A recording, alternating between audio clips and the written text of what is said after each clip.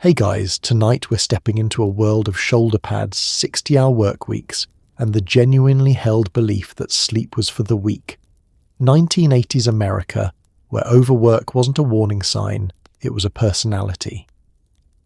Before we begin, a huge and sincere thank you to the viewer who suggested tonight's topic.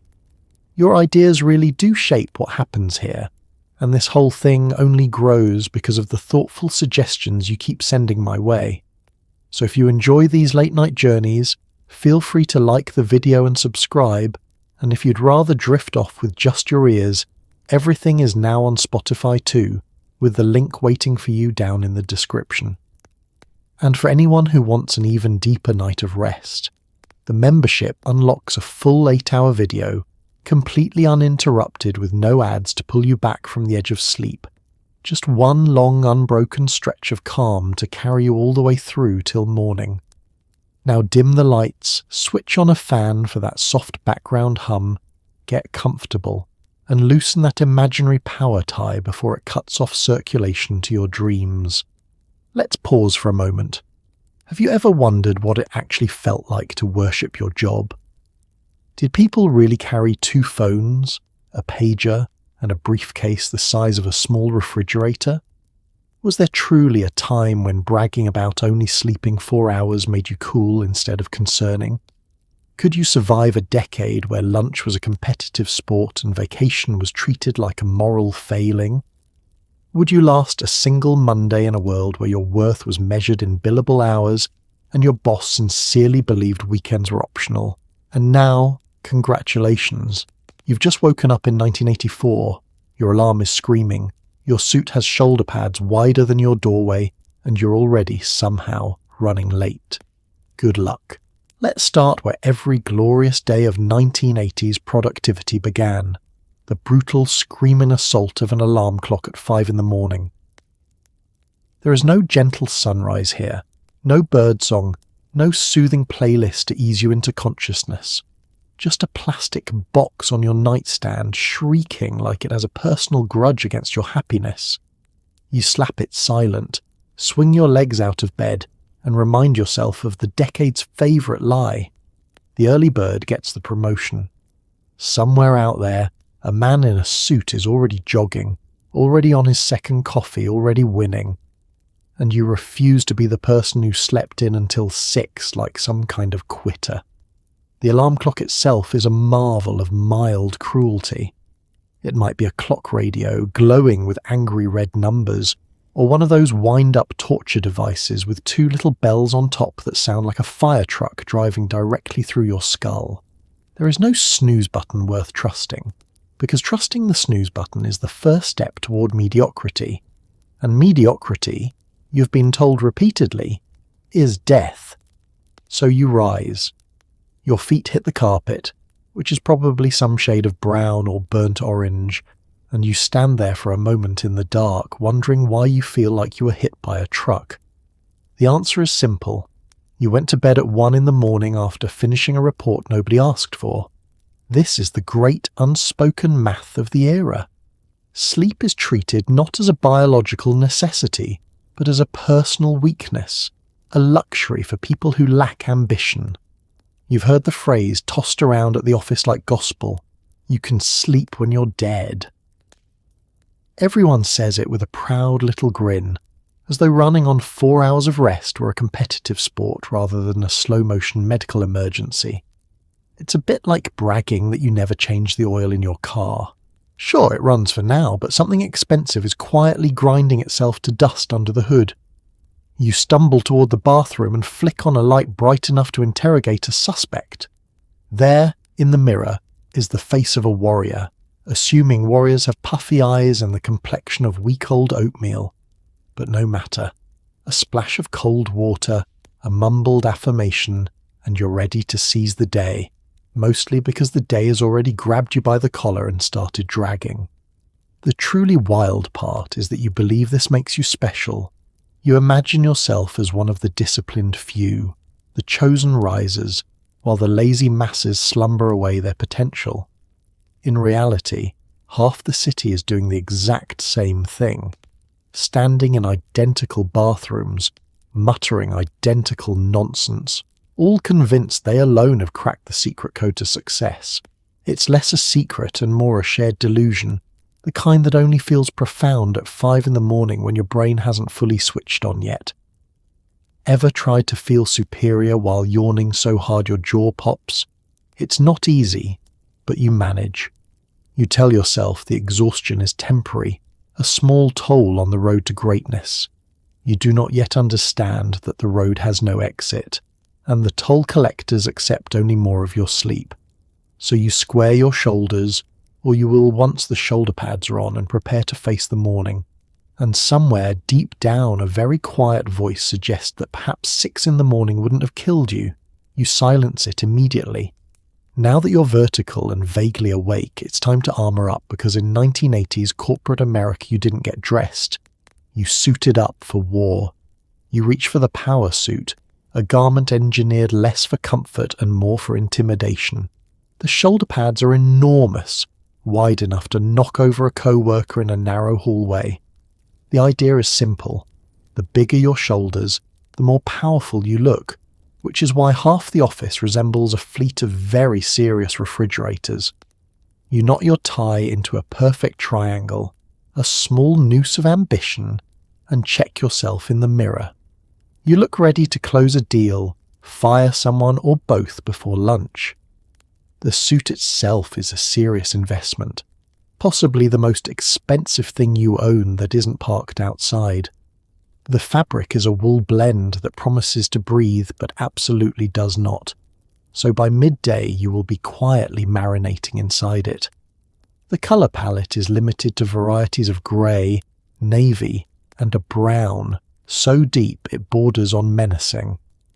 Pinstripes are acceptable and even encouraged, because nothing says I control vast sums of money like looking faintly like a piece of ledger paper. You slide into the jacket and feel the shoulder pads settle onto you like a yoke, transforming your natural silhouette into something roughly the shape of a coat rack. Then comes the tie, that most sacred and pointless of garments. You loop it around your neck and wrestle it into a knot, adjusting it until it sits with just the right amount of aggressive precision. The tie serves no practical function whatsoever. It does not keep you warm. It does not hold anything closed, and it exists purely as a small fabric flag announcing that you take yourself extremely seriously. If you're feeling bold, it might be a shade of red so loud it qualifies as a threat, the kind of tie that says I will not be interrupted during this presentation. The whole ensemble is essentially medieval armour for the modern knight, except instead of protecting you from swords, it protects you from being taken lightly at a budget meeting. And like real armour, it's heavy, restrictive, and makes it nearly impossible to sit down comfortably. You cannot slouch in a power suit. The shoulder pads simply will not allow it. You're forced into a permanent posture of alertness, which is either excellent for your professional image or slowly destroying your spine, and possibly both. For the women navigating this same battlefield, the armour is just as fierce. Sharp blazers, matching shoulder pads that could double as body armour, and a soft silk bow tied at the collar in a curious attempt to look approachable while wearing the equivalent of football gear. Everyone, regardless of gender, is dressed for combat. It's like a costume party, where the theme is intimidating banker, and attendance is mandatory 5 days a week. You give yourself one final look. The knot is straight. The shoulders are broad. The shoes are polished to a mirror shine that will be scuffed and ruined within the hour. You look, in a word, formidable. You also look deeply uncomfortable, but discomfort is the price of power, and you have decided the price is worth paying, mostly because everyone around you has made the same questionable decision. So you button the jacket, straighten to your full padded height, and stride out the door like a man going to battle. The battle, of course, is a series of phone calls and a stale bagel, but you don't know that yet. With your armour on, you might think it's time for a proper breakfast. Adorable. In the 1980s, breakfast was not a meal. It was a meeting with food loosely involved, You don't sit at a kitchen table with your family. You sit in a hotel restaurant at 6:45 in the morning, across from a man named Chad, who wants to discuss quarterly projections while you both pretend to enjoy dry toast. Coffee is poured and re-poured.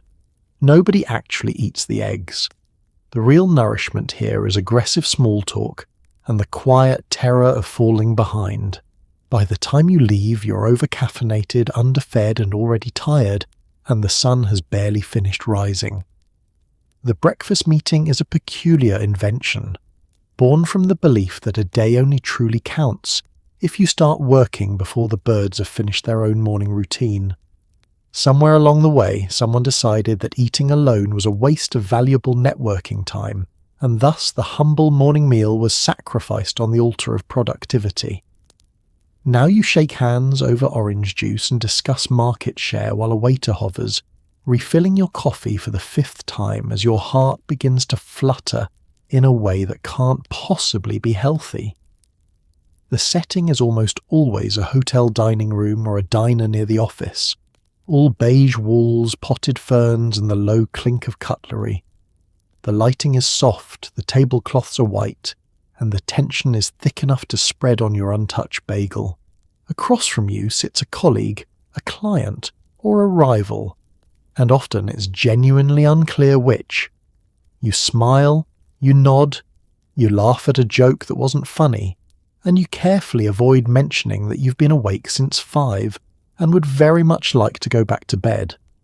The food is a prop, nothing more. You order eggs you will not finish and toast you will nibble at exactly twice. Eating too enthusiastically would look unserious, and looking unserious at a breakfast meeting is a fireable offence. So the plates sit there, slowly congealing, monuments to a meal that was never really about food. It's a bit like decorating a cake nobody plans to cut. Beautiful, pointless, and destined for the trash. Meanwhile, the coffee flows like a river with a personal vendetta against your nervous system. By the time you're on your 3rd cup, your hands have developed a subtle vibration, and the man across the table is describing a spreadsheet with the intensity of someone recounting a war story. You're nodding along, but the caffeine has hijacked your brain, and you're now hyper-aware of your own heartbeat, which seems to be attempting to escape through your ribcage.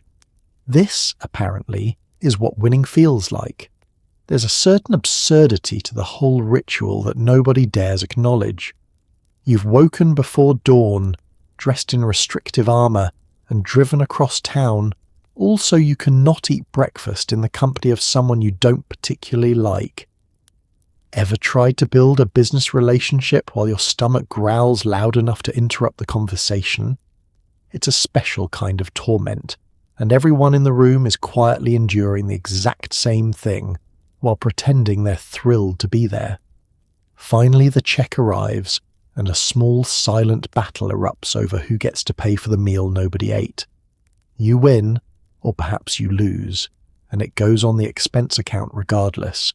You stand, shake hands one final time and stride out into the early light feeling accomplished, wired, and mysteriously hungrier than when you arrived. Somewhere, a bowl of cereal weeps for the era it never got to serve. Breakfast conquered, or at least survived. It's time to face the commute. And this is where you get to show off the crown jewel of 1980s status, the car phone. You slide into your leased sedan, ideally something German with a badge that tells strangers you have made it, and you reach for a telephone bolted to your center console like a piece of medical equipment. It is roughly the size and weight of a brick, and using it costs a small fortune per minute. But that's not the point. The point is that people can see you talking on it in traffic, and that my friend is priceless. You're not merely driving, you're conducting business.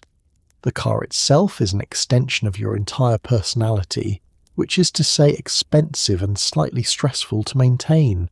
The seats are leather, or a convincing imitation, and they squeak faintly when you shift your weight, which you do often, because sitting still is not something ambitious people are good at. The dashboard glows with a modest array of buttons, and somewhere in there a cassette deck waits, loaded with either soft rock or More likely a motivational tape you'll listen to while pretending it isn't slightly embarrassing. But the car phone. Oh, the car phone. This magnificent device transforms your ordinary sedan into a mobile command centre, a place where deals are made and empires are managed, all while you sit motionless in bumper-to-bumper traffic. It is wired directly into the vehicle, which means it does not so much travel with you as it inhabits your car like a very demanding tenant.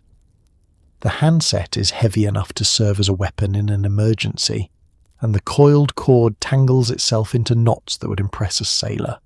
The cost of using it is genuinely staggering.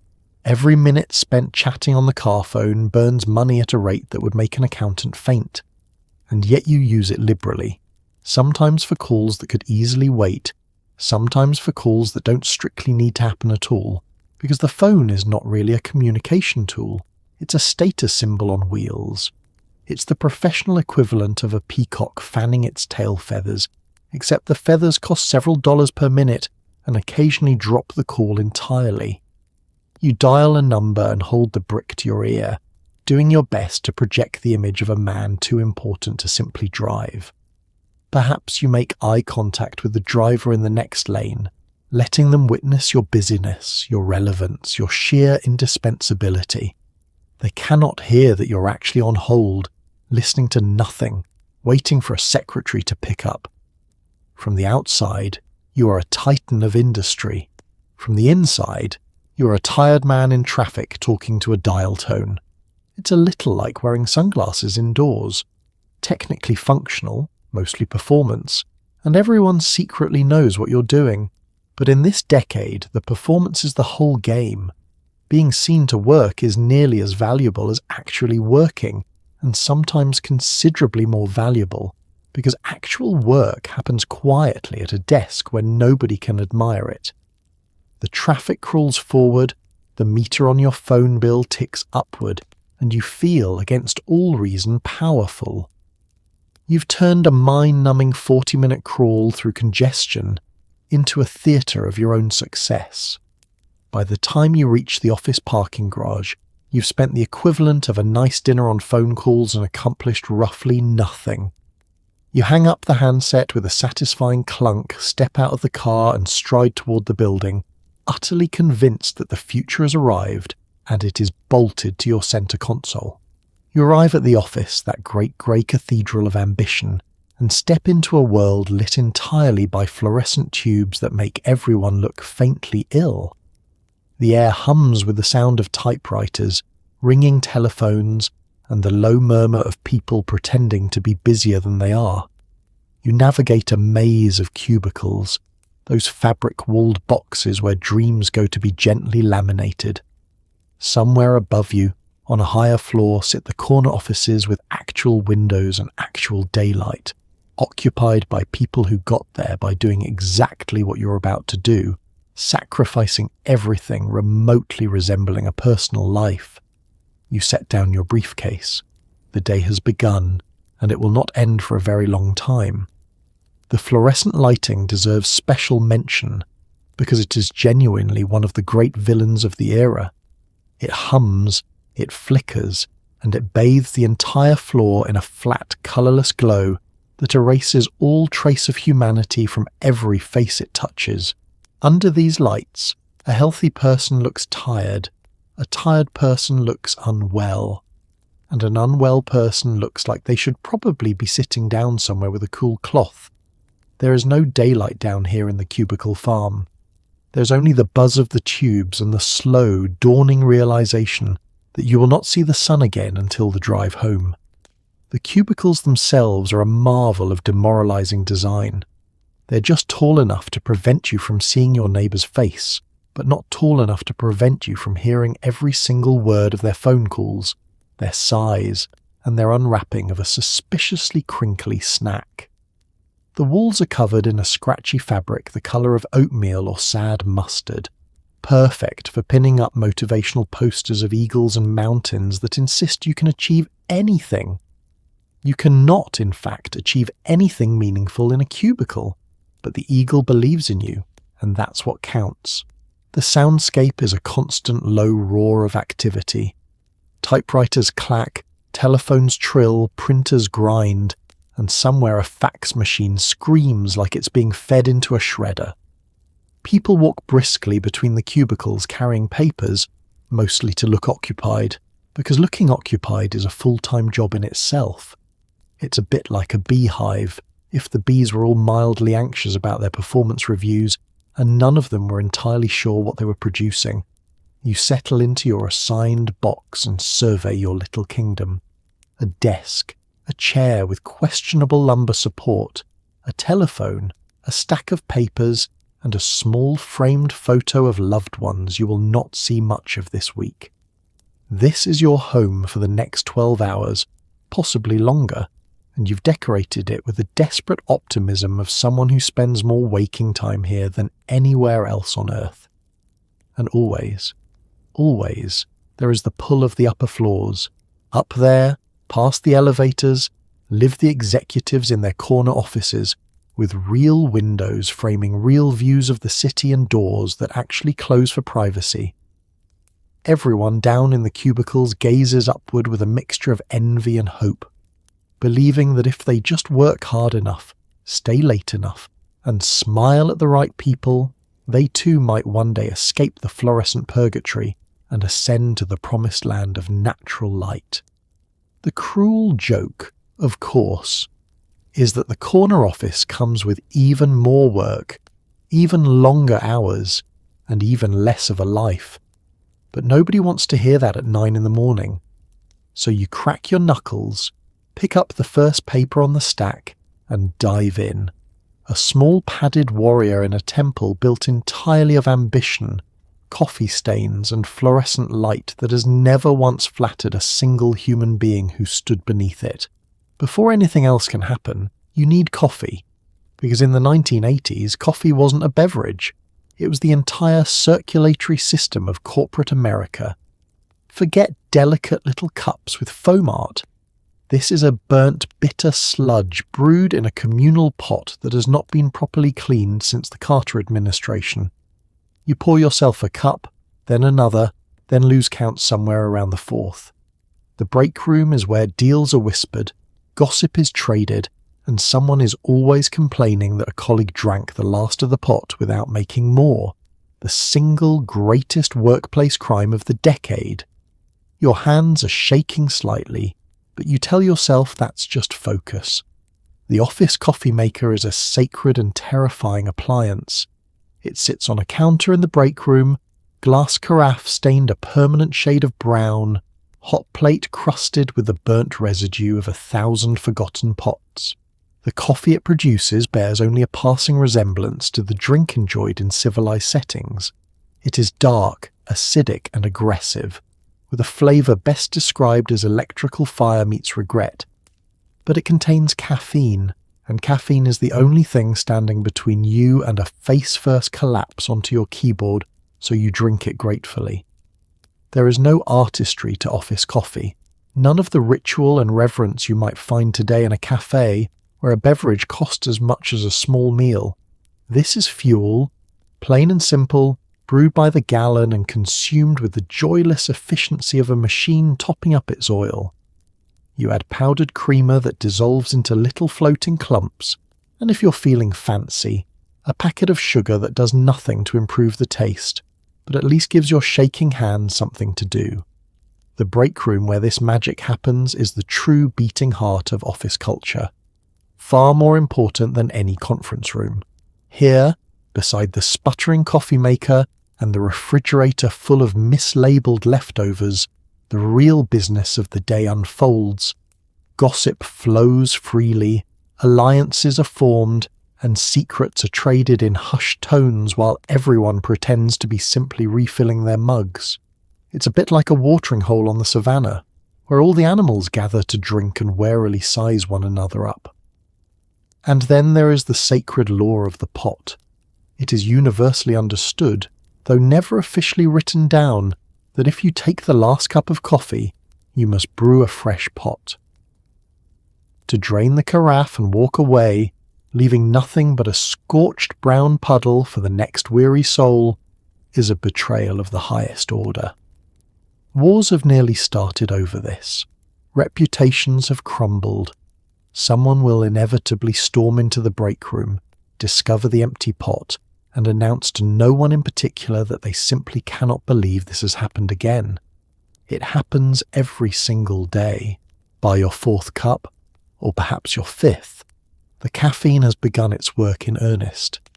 Your heart is pounding, your thoughts are racing, and you've developed a fine tremor in your fingers that makes signing your name an adventure. You interpret all of this as productivity. In reality, your body is quietly filing a formal complaint, but you're not listening, because listening would require slowing down, and slowing down is not on today's agenda. You refill the mug one more time, tell yourself this is the last one, and know full well it isn't. The coffee is terrible, your nerves are shot, and yet you press on, powered by a beverage that tastes like punishment, convinced that this jittery, sleepless, over-caffeinated state is exactly what success is supposed to feel like. Somewhere, your adrenal glands are begging for mercy. You pour another cup and get back to work. Around noon, if you're important enough, comes the sacred ritual known as the power lunch. This is not eating. This is theatre. You march into a dimly lit restaurant with white tablecloths, where the waiters know your name and your credit limit.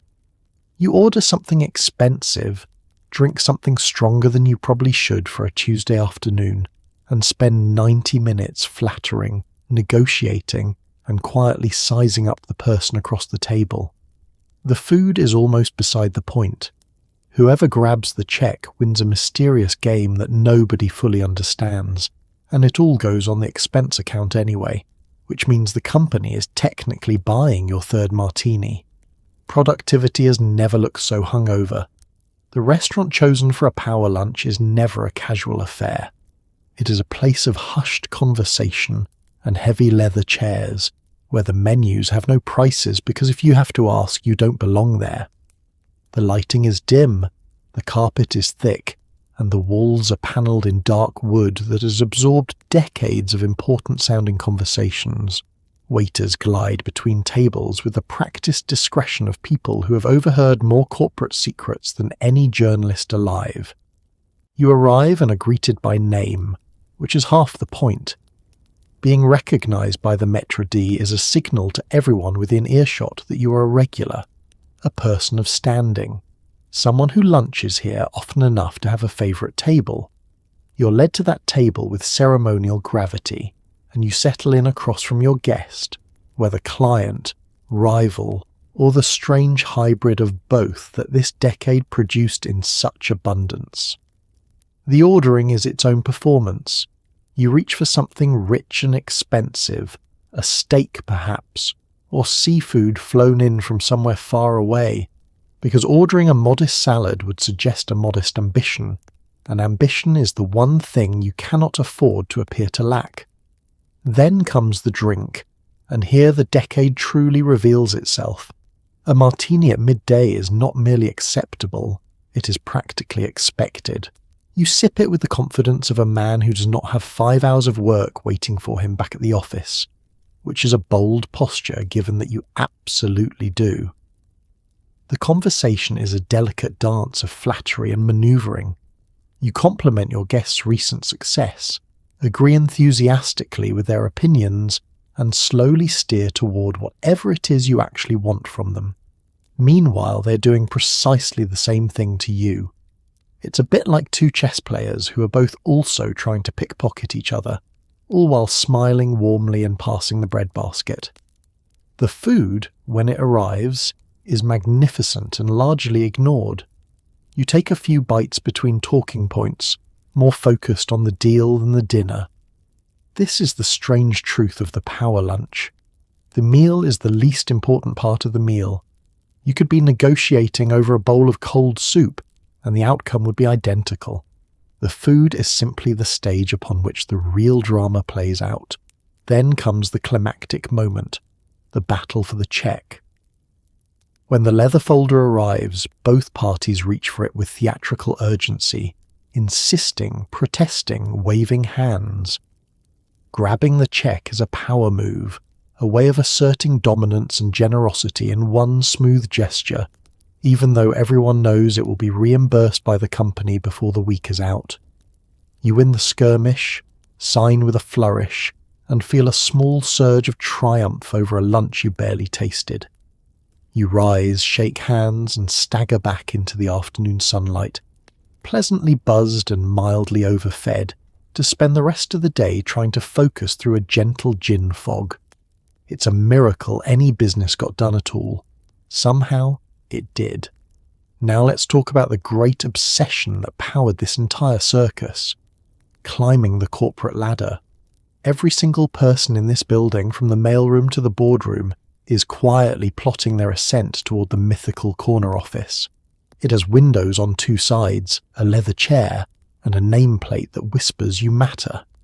To get there, you must work longer than everyone else, agree with the right people, and never under any circumstances appear to want a life outside these walls.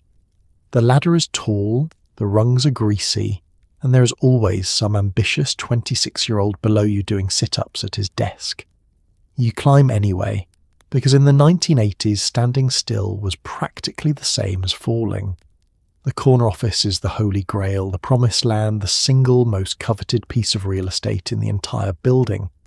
It sits at the intersection of two outer walls, which means it boasts windows on two sides instead of the standard zero enjoyed by the cubicle dwellers below. Actual sunlight streams in. You can see the city, the sky, perhaps even a distant tree. To a person who has spent years marinating under fluorescent tubes, this is roughly equivalent to being told you'll spend eternity in paradise. Inside the corner office live the trappings of a rival. A massive desk you could land a small aircraft on, a high-backed leather chair that reclines with an authoritative creak, and a nameplate positioned just so, announcing to all who enter that here sits a person of consequence. There may be a small bar cart. There is almost certainly a plant that a paid service comes to water, because you are far too important to water your own plant. But the corner office is only the destination. The real story is the ladder, and the ladder is a merciless thing. Every rung represents a promotion, a title change, a slightly larger cubicle on the way to a slightly smaller office on the way, eventually to the corner. Climbing it requires a peculiar blend of genuine competence and relentless political maneuvering. You must do good work, yes, but you must also make sure the right people see the good work and take credit for it loudly enough to be noticed, but quietly enough not to seem desperate. It's an art form, and everyone is practicing it constantly. The unspoken requirement, the one nobody puts in the employee handbook, is total devotion. To climb the ladder, you must appear to have no life whatsoever outside the office. Leaving early to see your child's recital is a red flag. Taking a full vacation is practically a resignation letter. The ideal candidate for promotion is someone who seems to have been assembled in the building and has no intention of ever leaving it, ideally sleeping under the desk between shifts. It's a bit like a pie-eating contest where the prize for winning is more pie, and the pie is made of unpaid overtime. And here is the cruelest part. No matter how high you climb, no matter how many rungs you conquer, there is always someone behind you, younger and hungrier and doing push-ups by the water cooler. This 26-year-old has more energy than you, fewer obligations than you, and a terrifying willingness to work weekends without complaint.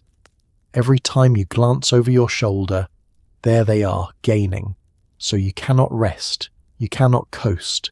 Standing still on the ladder is simply falling in slow motion. So you climb.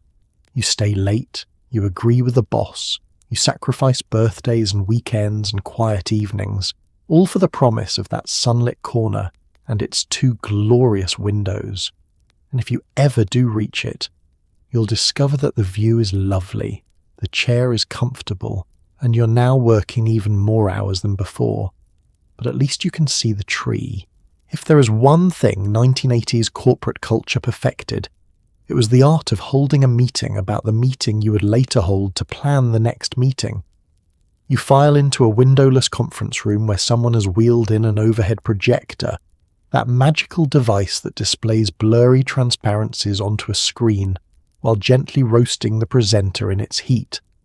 Someone flips a giant pad of paper on an easel and draws arrows. Everyone nods gravely at a pie chart. Nothing is actually decided, but everyone agrees to circle back, touch base, and run it up the flagpole. 3 hours vanish. You have accomplished nothing, but you did it as a team, and somehow that felt productive. The conference room is a special kind of purgatory. It has no windows, because windows might allow the trapped occupants a glimpse of freedom, and freedom is not on the agenda. Instead, there is a long table, a dozen uncomfortable chairs, a whiteboard, and the ever-present hum of the ventilation system, which is the only thing in the room working at full efficiency. You take your seat, arrange your notepad and pen just so, and prepare to lose a portion of your one precious life to the ritual of collective indecision. At the front of the room stands the overhead projector, a genuine wonder of its time. This clunky device shines a bright light up through a transparent sheet and projects the image onto a screen or wall, usually slightly out of focus and always at a strange angle. The presenter fumbles with a stack of these transparencies, sliding them on and off, occasionally putting one on backward, while the machine's powerful bulb slowly cooks them from below. The presenter squints, sweats, and points at a bar graph with a pen, and everyone pretends the blurry columns hold the secrets of the universe. The easel makes an appearance too, that giant pad of paper on legs, where a designated enthusiast writes buzzwords in fat marker and connects them with arrows. Synergy gets circled. Someone draws a box around the word strategy. The arrows multiply until the page resembles a plate of spaghetti, at which point everyone agrees it perfectly captures the complexity of the issue, whatever the issue is. Nobody is entirely sure anymore. The language spoken in these meetings is a dialect all its own, a soothing stream of phrases that sound meaningful but commit to absolutely nothing. Let's circle back on that. We should touch base offline. Let's run it up the flagpole and see who salutes. We'll take that offline and revisit next quarter. It's a bit like watching two people mime a conversation, gesturing grandly while saying nothing at all, and calling it collaboration. Time behaves strangely in the conference room. What feels like a brief discussion turns out, upon checking your watch, to have consumed the better part of the afternoon. 3 hours have simply evaporated, sacrificed to the gods of alignment and consensus. You entered the room with a full to-do list and a plan for the day. You exit with the same list, untouched, plus a fresh new task, to schedule a follow-up meeting to discuss what was discussed in the meeting you just endured, and yet, walking out of that airless room, blinking in the fluorescent hallway light, you feel a strange and hollow sense of accomplishment. You were busy, you participated, you nodded at the pie chart and contributed a comment about circling back. Never mind that no decision was reached, no problem was solved, and no work was actually done. You did it together, as a team, and in the 1980s, appearing to work hard alongside your colleagues was very nearly as good as doing so. The next meeting is scheduled for tomorrow. It's about this one. In a world before you could find anyone with a few taps on a screen, your entire professional life lived inside a small spinning wheel of cards called a Rolodex. This humble desktop contraption held the names, numbers, and scribbled notes of every contact you had ever met, sweet-talked, or owed a favour. A fat Rolodex meant you were connected, powerful, someone worth knowing. Networking was a blood sport conducted at conferences, cocktail hours, and golf courses, where handshakes were firm, business cards were exchanged like currency, and everyone laughed a little too loudly at the boss's jokes. You collected contacts the way others collected stamps, because in this decade it wasn't just what you knew, it was whose card was spinning in your wheel. The Rolodex sits proudly on the corner of your desk, a little rotating drum stuffed with hundreds of index cards, each one representing a person you might someday need. You give it a spin, and the cards flip past in a satisfying blur, until you land on the one you want, covered in your own cramped handwriting. There, in the margins, are the crucial notes: likes golf, hates his boss, ask about the boat. This is not merely a list of phone numbers. This is a carefully curated map of every useful human being in your orbit. The size of your Rolodex is a matter of genuine professional pride. A thin one, with only a few cards, marks you as a nobody, a rookie, a person nobody has bothered to know. A fat one, bulging with cards so thick the wheel can barely turn, announces to the world that you are deeply, powerfully connected. People glance at it the way they might glance at an expensive watch, quietly calculating your worth based on its heft. It's a bit like judging someone's popularity by the size of their address book, which is exactly what everyone is doing. Filling that wheel requires networking, and networking in this era is a contact sport played in specific arenas. There are the industry conferences, vast beige convention halls where you drift from booth to booth, exchanging business cards with the frantic energy of a squirrel hoarding nuts before winter. There are the cocktail hours, where you balance a drink in one hand and a tiny plate of shrimp in the other, while attempting to shake hands. A physical impossibility that everyone attempts anyway. And then, most sacred of all, there is the golf course.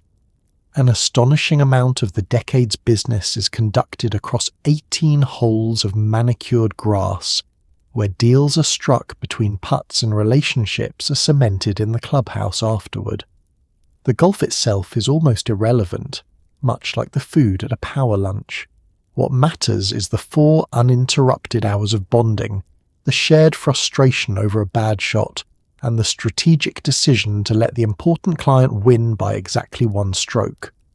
The business card is the currency of this entire economy. You carry a small silver case full of them, presenting each one with a firm 2-handed offering, receiving the other person's card with appropriate reverence, and studying it for a respectful moment before tucking it away. Later, back at your desk, you'll transfer the details onto a fresh Rolodex card feeding the ever-hungry wheel. Every card is a small deposit in the bank of future favours. And through it all runs the laughter, that particular brand of overly hearty chuckling that erupts whenever someone important says something vaguely amusing. The boss makes a mediocre joke and the room roars as though a master comedian has taken the stage. It's exhausting. This constant performance of warmth and interest, but it's how the game is played. You laugh, you shake, you collect the card, and you spin it into your wheel, one more name in the growing empire of people who might someday be useful. Because in the 1980s, you never knew when you'd need to give that wheel a spin. Let's pause to honour one of the great heroes of 1980s overwork, the fax machine. This groaning, screeching box could transmit a piece of paper across the country in mere minutes, which at the time felt roughly as miraculous as teleportation. Suddenly there was no excuse to wait for the mail. Documents could be demanded, sent and returned within the same afternoon, which meant deadlines that once took a week now took an hour. The fax didn't save you time. It simply raised everyone's expectations to inhuman levels. You'd stand beside the machine, listening to its tortured dial-up whine, praying the pages fed through without jamming. Progress, it turns out, sounded a lot like a robot being strangled. The fax machine occupies a place of honour in the corner of the office, a bulky beige appliance that hums with quiet menace. To send a document, you feed a page into its little slot, dial a phone number, and then wait as the machine emits a series of shrieks, hisses, and warbling tones that sound like 2 modems having a heated argument. The page is slowly drawn into the machine's guts, scanned line by line, and transmitted through the phone lines to another machine somewhere far away. which then spits out a slightly blurry copy. It is, when you stop to consider it, genuinely astonishing. It is also deeply annoying. Before this marvel arrived, sending a document across the country meant the postal service, and the postal service operated on the timescale of days. You'd mail something and simply forget about it for a while, because there was nothing to be done until it arrived. This built a certain natural patience into the rhythm of business. The fax machine obliterated that patience overnight. Now a document could travel from one coast to the other in the time it took to drink a cup of that terrible office coffee. And here is the trap. The moment something becomes possible, it instantly becomes mandatory. Because a document could now be sent in minutes, it was expected to be sent in minutes. A request that would once have earned you a week of breathing room now came with the phrase, "I need this on my desk within the hour," and the fax machine sat there, ready and willing, removing your last plausible excuse.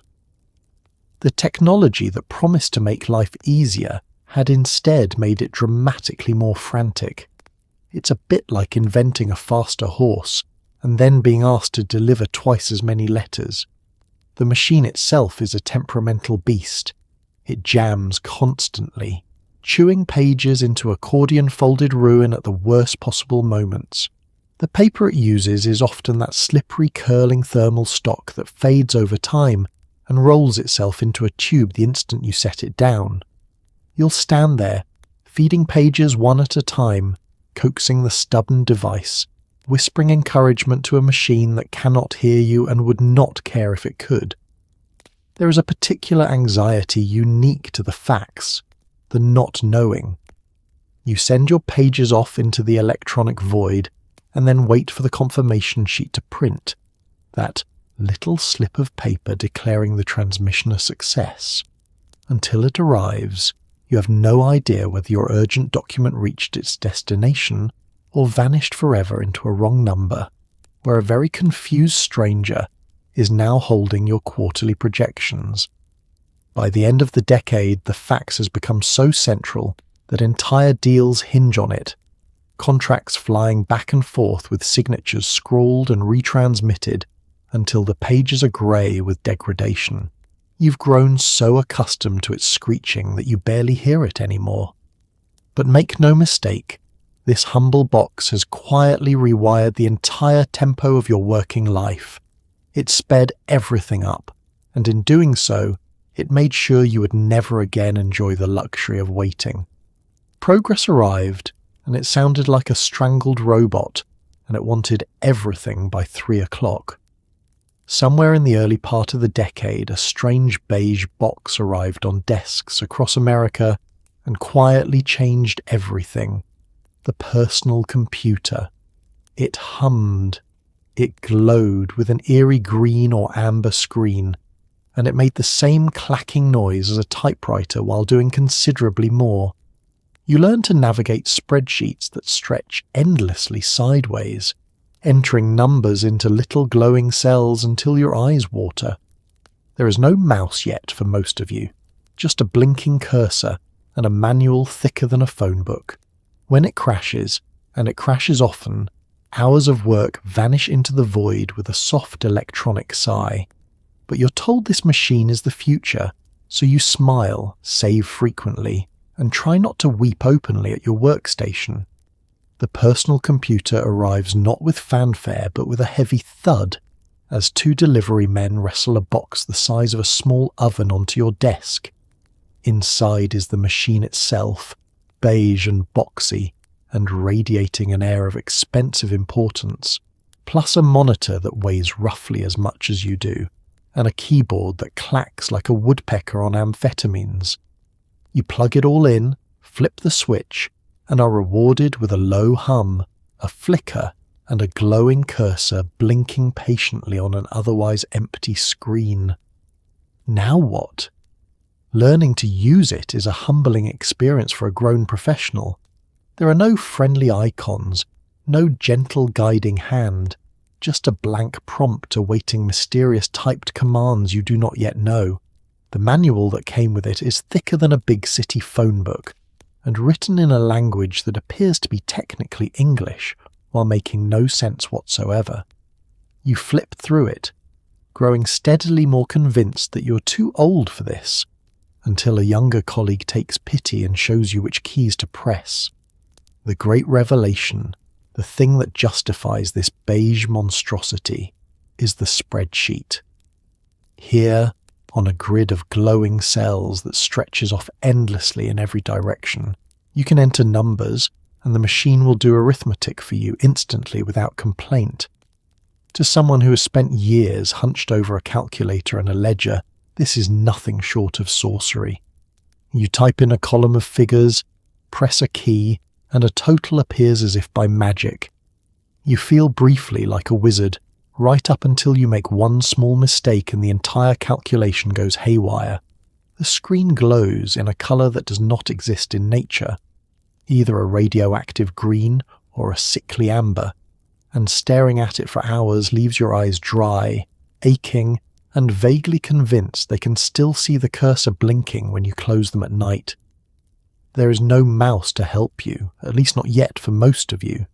So navigating means memorizing an arcane sequence of key combinations, pressing Control and Alt and various letters in a secret handshake known only to the initiated. And then there is the crashing. Oh, the crashing. The personal computer of this era is a fragile and moody creature, prone to freezing solid, flashing cryptic error messages, or simply going dark without warning. When this happens, and it happens with cruel regularity, everything you have not saved is gone, vanished into the digital ether with a soft electronic sigh that sounds an awful lot like mockery.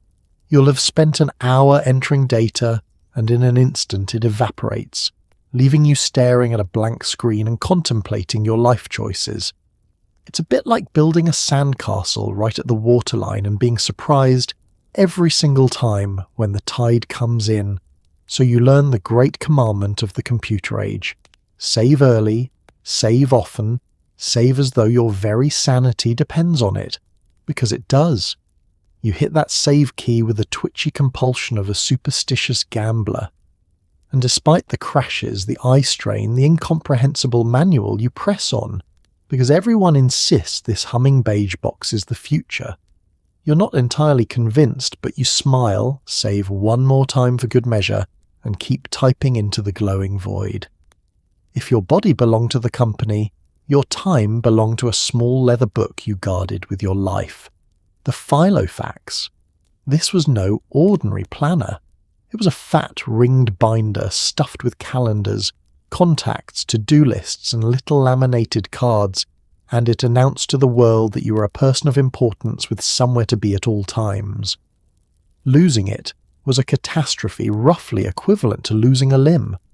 Entire industries sprang up promising to teach you how to manage every waking minute, to schedule your schedule, to optimize your optimizing. Free time was viewed with deep suspicion. If a slot on your calendar sat empty, you hadn't relaxed. You had failed to plan. The Filofax is a marvel of organized self-importance, a leather-bound ring binder roughly the size of a small paving stone, packed to bursting with an entire life reduced to paper. It contains a calendar broken down into days, hours, and sometimes terrifyingly into 15-minute increments. It holds your address pages, your to-do lists, your notes, your maps, and a bewildering array of specialty inserts, because someone has decided you need a page for tracking your expenses and another for logging your restaurant recommendations. You carry it everywhere, clutched under your arm like a sacred text. The book quickly becomes an extension of your very identity. A thick, well-stuffed Filofax signals that you're a busy and consequential person whose time is in constant demand. A thin one, by contrast, suggests a person with alarming amounts of free time and no one clamouring for their attention. People eye each other's Filofaxes at meetings the way they eye each other's Rolodexes, silently ranking one another by the sheer heft of their organisational tools. It's a bit like judging a person's soul by the fatness of their day planner, which is precisely the strange thing everyone is doing. To lose your Filofax is a disaster of nearly unimaginable proportions. It contains everything, your entire schedule, every contact, every scribbled reminder, and there is no backup, no cloud, no way to recover it. Leaving it in a taxi is the stuff of nightmares. People have gone pale and sweaty at the mere thought, patting their pockets frantically, retracing their steps, because losing that little book means losing the entire scaffolding of their existence in one careless moment. Around this obsession sprang up a whole industry devoted to the sacred art of time management. Gurus wrote thick books and hosted expensive seminars teaching you how to prioritize, how to categorize your tasks, how to divide your day into productive segments, and squeeze value from every passing minute. You learned to make lists of your lists, you color-coded your priorities, you attended workshops where a man with a headset microphone explained that the secret to success was simply managing your time better, as though the problem was never that you had too much to do, but merely that you were doing it in the wrong order. The most telling symptom of this cult was the way it treated empty time. A blank space on your calendar was not an opportunity to rest, to think, to simply exist as a human being for a moment. It was a failure, a gap, a shameful admission that you had not filled every waking hour with purposeful activity. You'd look at an unscheduled afternoon and feel a creeping unease, a nagging sense that you ought to be doing something, anything, rather than committing the cardinal sin of unstructured relaxation. So you filled it. You scheduled meetings you didn't need, tasks that could have waited, appointments whose only purpose was to make the calendar look appropriately crowded. You optimized your leisure until it was no longer leisure at all, and you clutched your fat leather book, that heavy little monument to a life measured in 15-minute increments, entirely convinced that if you could just plan hard enough, you would finally get on top of everything. You never did. The calendar always won. Now we arrive at the strange and glorious ritual of working late, which in the 1980s was not a burden but a bragging right. The sun goes down, the cleaning crew arrives, and yet you remain hunched at your desk beneath a single lamp, fueled by cold coffee and pure stubbornness. Leaving at 5 in the afternoon was for amateurs and people with hobbies. The real players stayed until 8, 9, 10 at night, then mentioned it casually the next morning so everyone knew.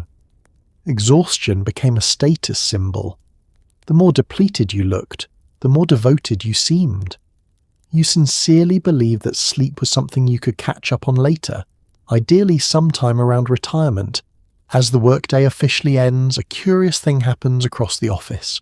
Some people gather their things and head home, and these people are quietly noted, filed away in everyone's mind as the ones who lack commitment. The rest settle deeper into their chairs, roll up their sleeves and prepare for the real work of the evening, which is largely indistinguishable from the work of the daytime, except that it happens in emptying silence and earns you enormous invisible points. The office at night is a different place entirely.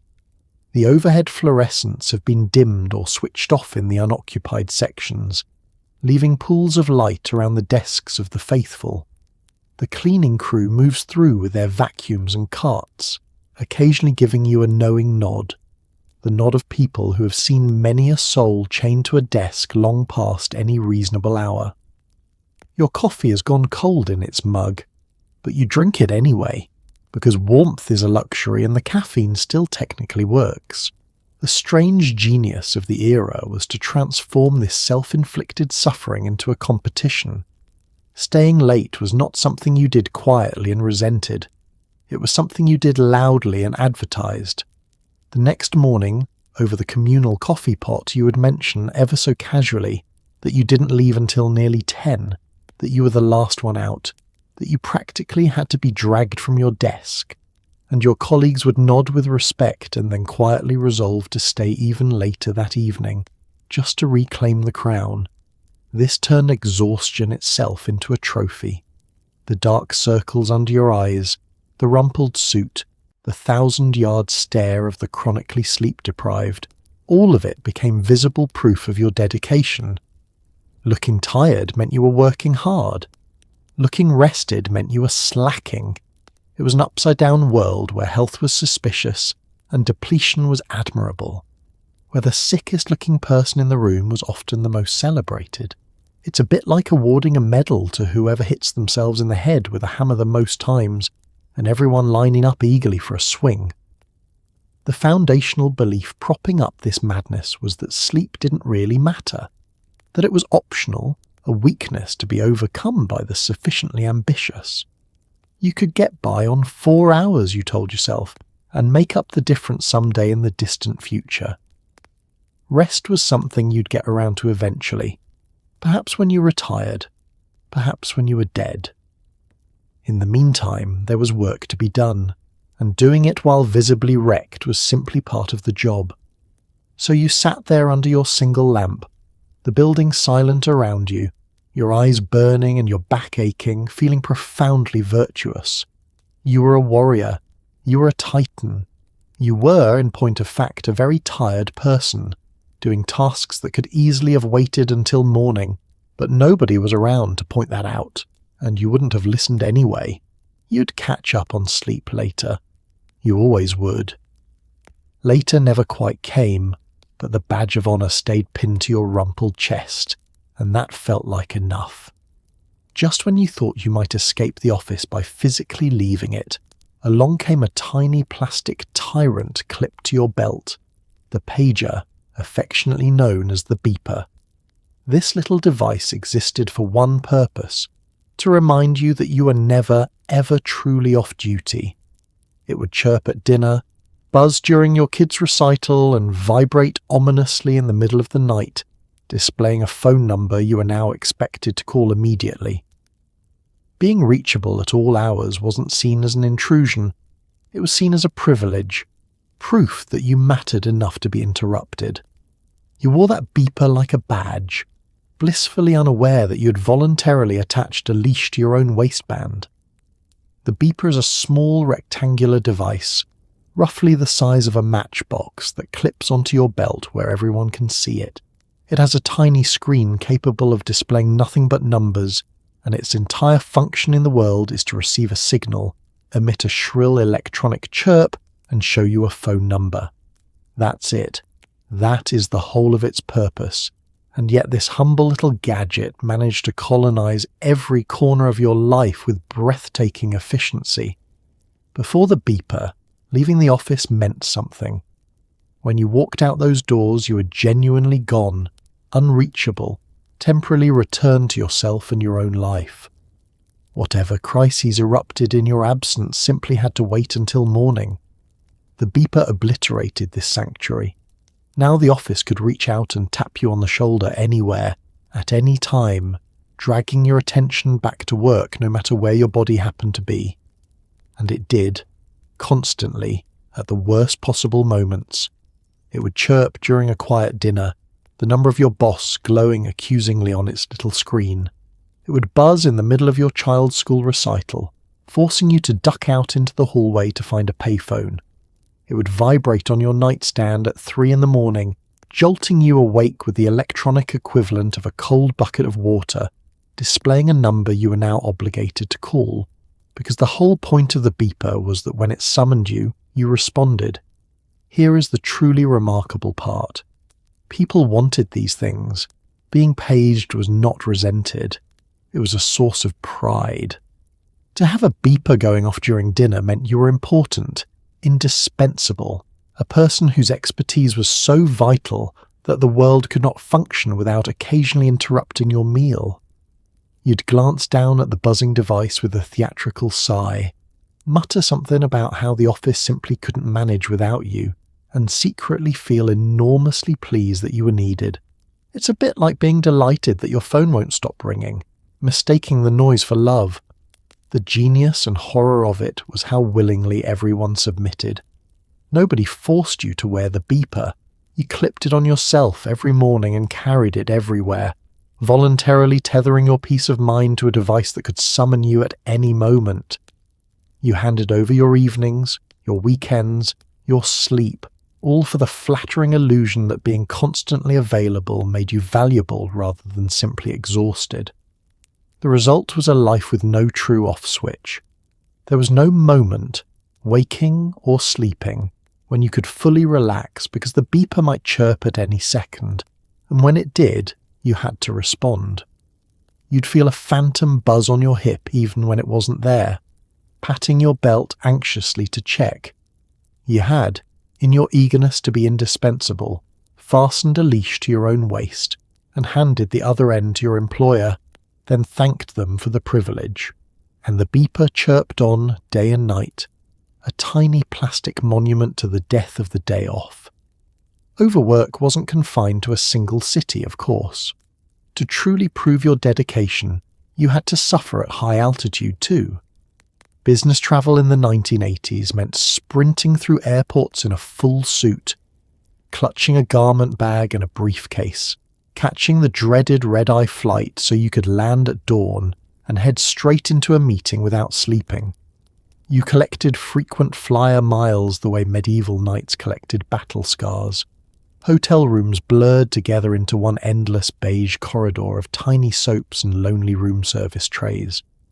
You'd wake up unsure of which time zone you were in, order coffee, and remind yourself that this exhausting whirlwind meant you were important.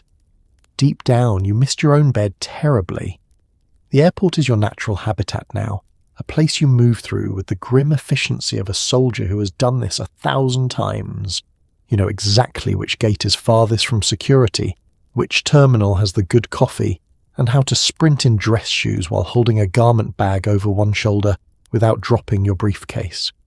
You are, in a sense, an athlete, one whose sport is arriving at the gate 3 seconds before they close the door, sweating gently into a wool suit.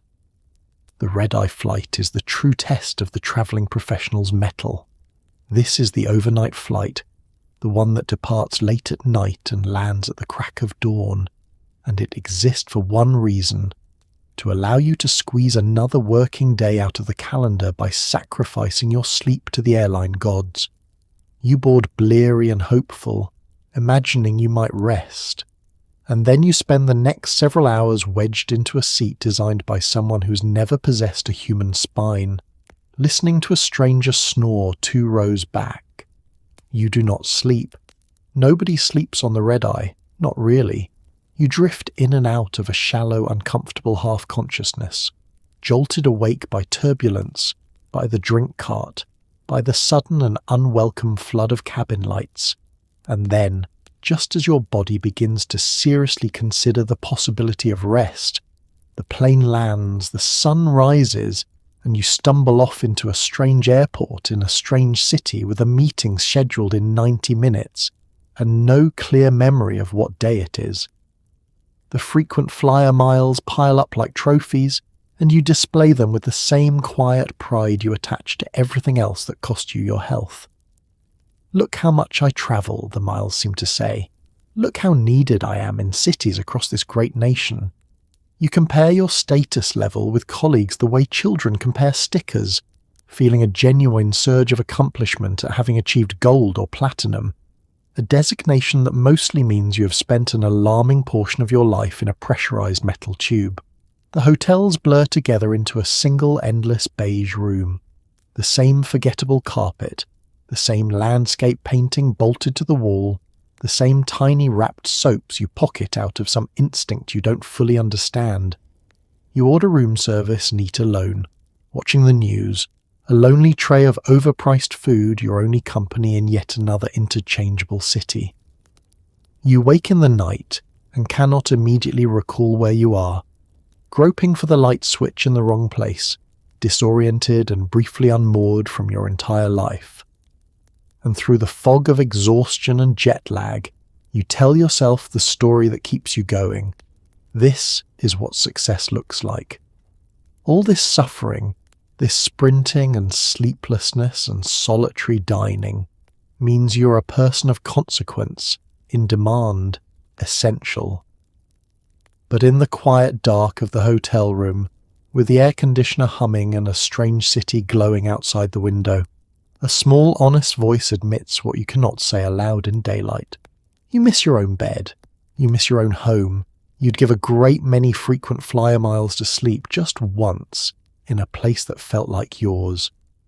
No tour of 1980s Overwork would be complete without a visit to its beating, greedy heart, Wall Street.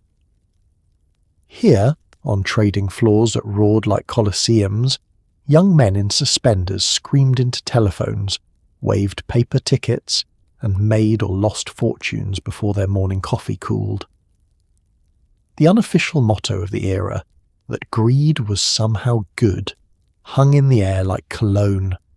These traders worked absurd hours, took wild risks with other people's money, and celebrated by spending it in ways that would make a medieval king blush. It was fast, it was loud, and it was intoxicating. And for a while everyone seemed convinced the party would simply never, ever end. The trading floor is chaos given a physical form, a vast room filled with rows of desks, banks of flickering monitors, and hundreds of people all shouting at once.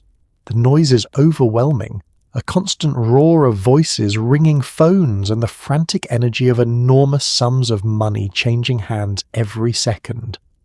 Paper tickets fly through the air. Men clutch telephone receivers to each ear, barking orders, gesturing wildly, their faces flushed with a particular intensity of people gambling with fortunes that mostly aren't theirs. The uniform here is its own statement. Crisp shirts with those bold-coloured suspenders, ties loosened as the day heats up, hair slicked back with enough product to shine under the fluorescent lights. These are young men, mostly, in their 20s and early 30s, hungry and aggressive and utterly convinced of their own genius. They arrive before dawn when the markets open, and they stay until well after they close, running on adrenaline, caffeine, and a bottomless appetite for more. The philosophy that guided them was simple and stark, distilled into the notion that greed itself was not only acceptable but good, a virtue, the very engine of progress. Wanting more, always more, was reframed as ambition, as drive, as the healthy hunger that made the whole machine run. Under this banner, behaviour that might once have seemed reckless or grasping was celebrated as boldness. The more you wanted and the harder you grabbed, the more admired you became, and the risks they took were genuinely staggering. Fortunes were made and lost in the span of an afternoon, bets placed on the movement of markets with a confidence that bordered on delusion. They dealt in vast, abstract sums, numbers so large they stopped feeling like money at all, and became mere points in a game. When a bet paid off, the euphoria was electric. When it failed, the losses were catastrophic. But there was always another trade, another chance, another roll of the dice tomorrow morning. The celebrations matched the excess of the work. Money flowed out as freely as it flowed in, spent on extravagant dinners, expensive cars, and displays of wealth so lavish they bordered on the absurd. These young traders lived as though the good times were a permanent condition, as though the river of money would flow forever and there was no reason on earth to save a single dollar of it. It's a bit like a person who wins big at a casino and, rather than walking away, becomes utterly certain they've discovered a way to beat the house. For a heady stretch of years it truly seemed that they had. The markets climbed, the fortunes grew, and the party raged on, louder and richer and more frenzied with each passing month. Everyone involved was making money, or at least everyone was certain they were about to, and the whole glittering enterprise felt less like a gamble and more like a law of nature.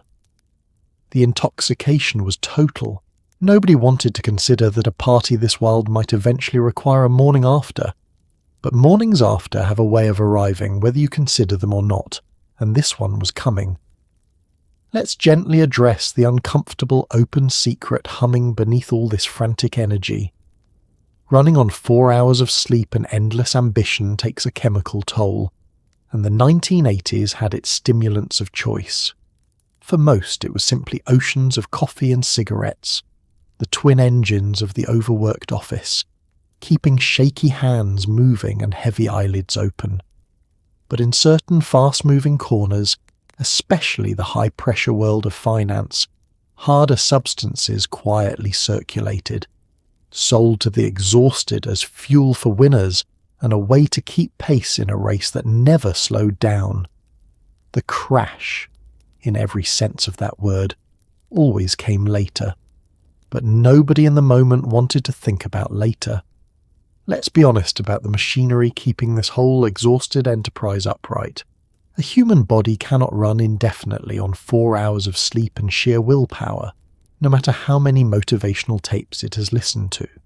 Something has to bridge the gap between what the work demands and what the body can actually provide, and in this era that something was chemistry. The overworked professional was, in a very real sense, chemically propped up from morning to night. The two great pillars of this support system were coffee and cigarettes, consumed in quantities that would alarm any physician. The coffee we have already discussed, that bitter communal sludge poured down throats by the gallon, but its constant companion was the cigarette. In this decade, smoking was simply everywhere, permitted in offices, restaurants, airplanes and meetings. A haze of smoke hung permanently in the air of many a workplace. You lit one at your desk, another on the phone, another during a break spent thinking about work, the twin habits of caffeine and nicotine keeping your shaking hands busy and your heavy eyelids from surrendering. Together, these two legal stimulants form the backbone of the working day, a chemical scaffolding holding up bodies that should, by any reasonable measure, have been resting. The coffee revved you up, and the cigarette gave your jangled nerves something to do, and around it went. A cycle of stimulation and false calm that carried you from the screaming dawn alarm to the late-night desk lamp. It was exhausting to sustain, but it worked, more or less for a while. In certain high-octane corners of the economy, however, coffee and cigarettes were not enough. In the frantic, sleepless world of high finance especially, where fortunes moved at the speed of a shouted phone order, harder substances quietly made the rounds. These were passed among the exhausted and the ambitious as something almost aspirational, marketed in hushed tones as the fuel of winners, the edge that let a person keep pace in a race that had no finish line and never once slowed down. It promised energy, focus, invincibility. It delivered all three briefly at a devastating price. The trouble with borrowing energy from chemistry is that the loan always comes due, and the interest is cruel. What goes sharply up must come crashing down, and the crash was real in every sense of the word. The bright, buzzing high gave way to a hollow exhaustion, far deeper than the tiredness it had masked. The temporary invincibility curdled into anxiety, paranoia, and a body pushed past its limits and finally demanding to be paid back for everything it had been made to endure. But nobody in the thick of it wanted to think about the crash. That was a problem for later, and later was always somewhere safely over the horizon.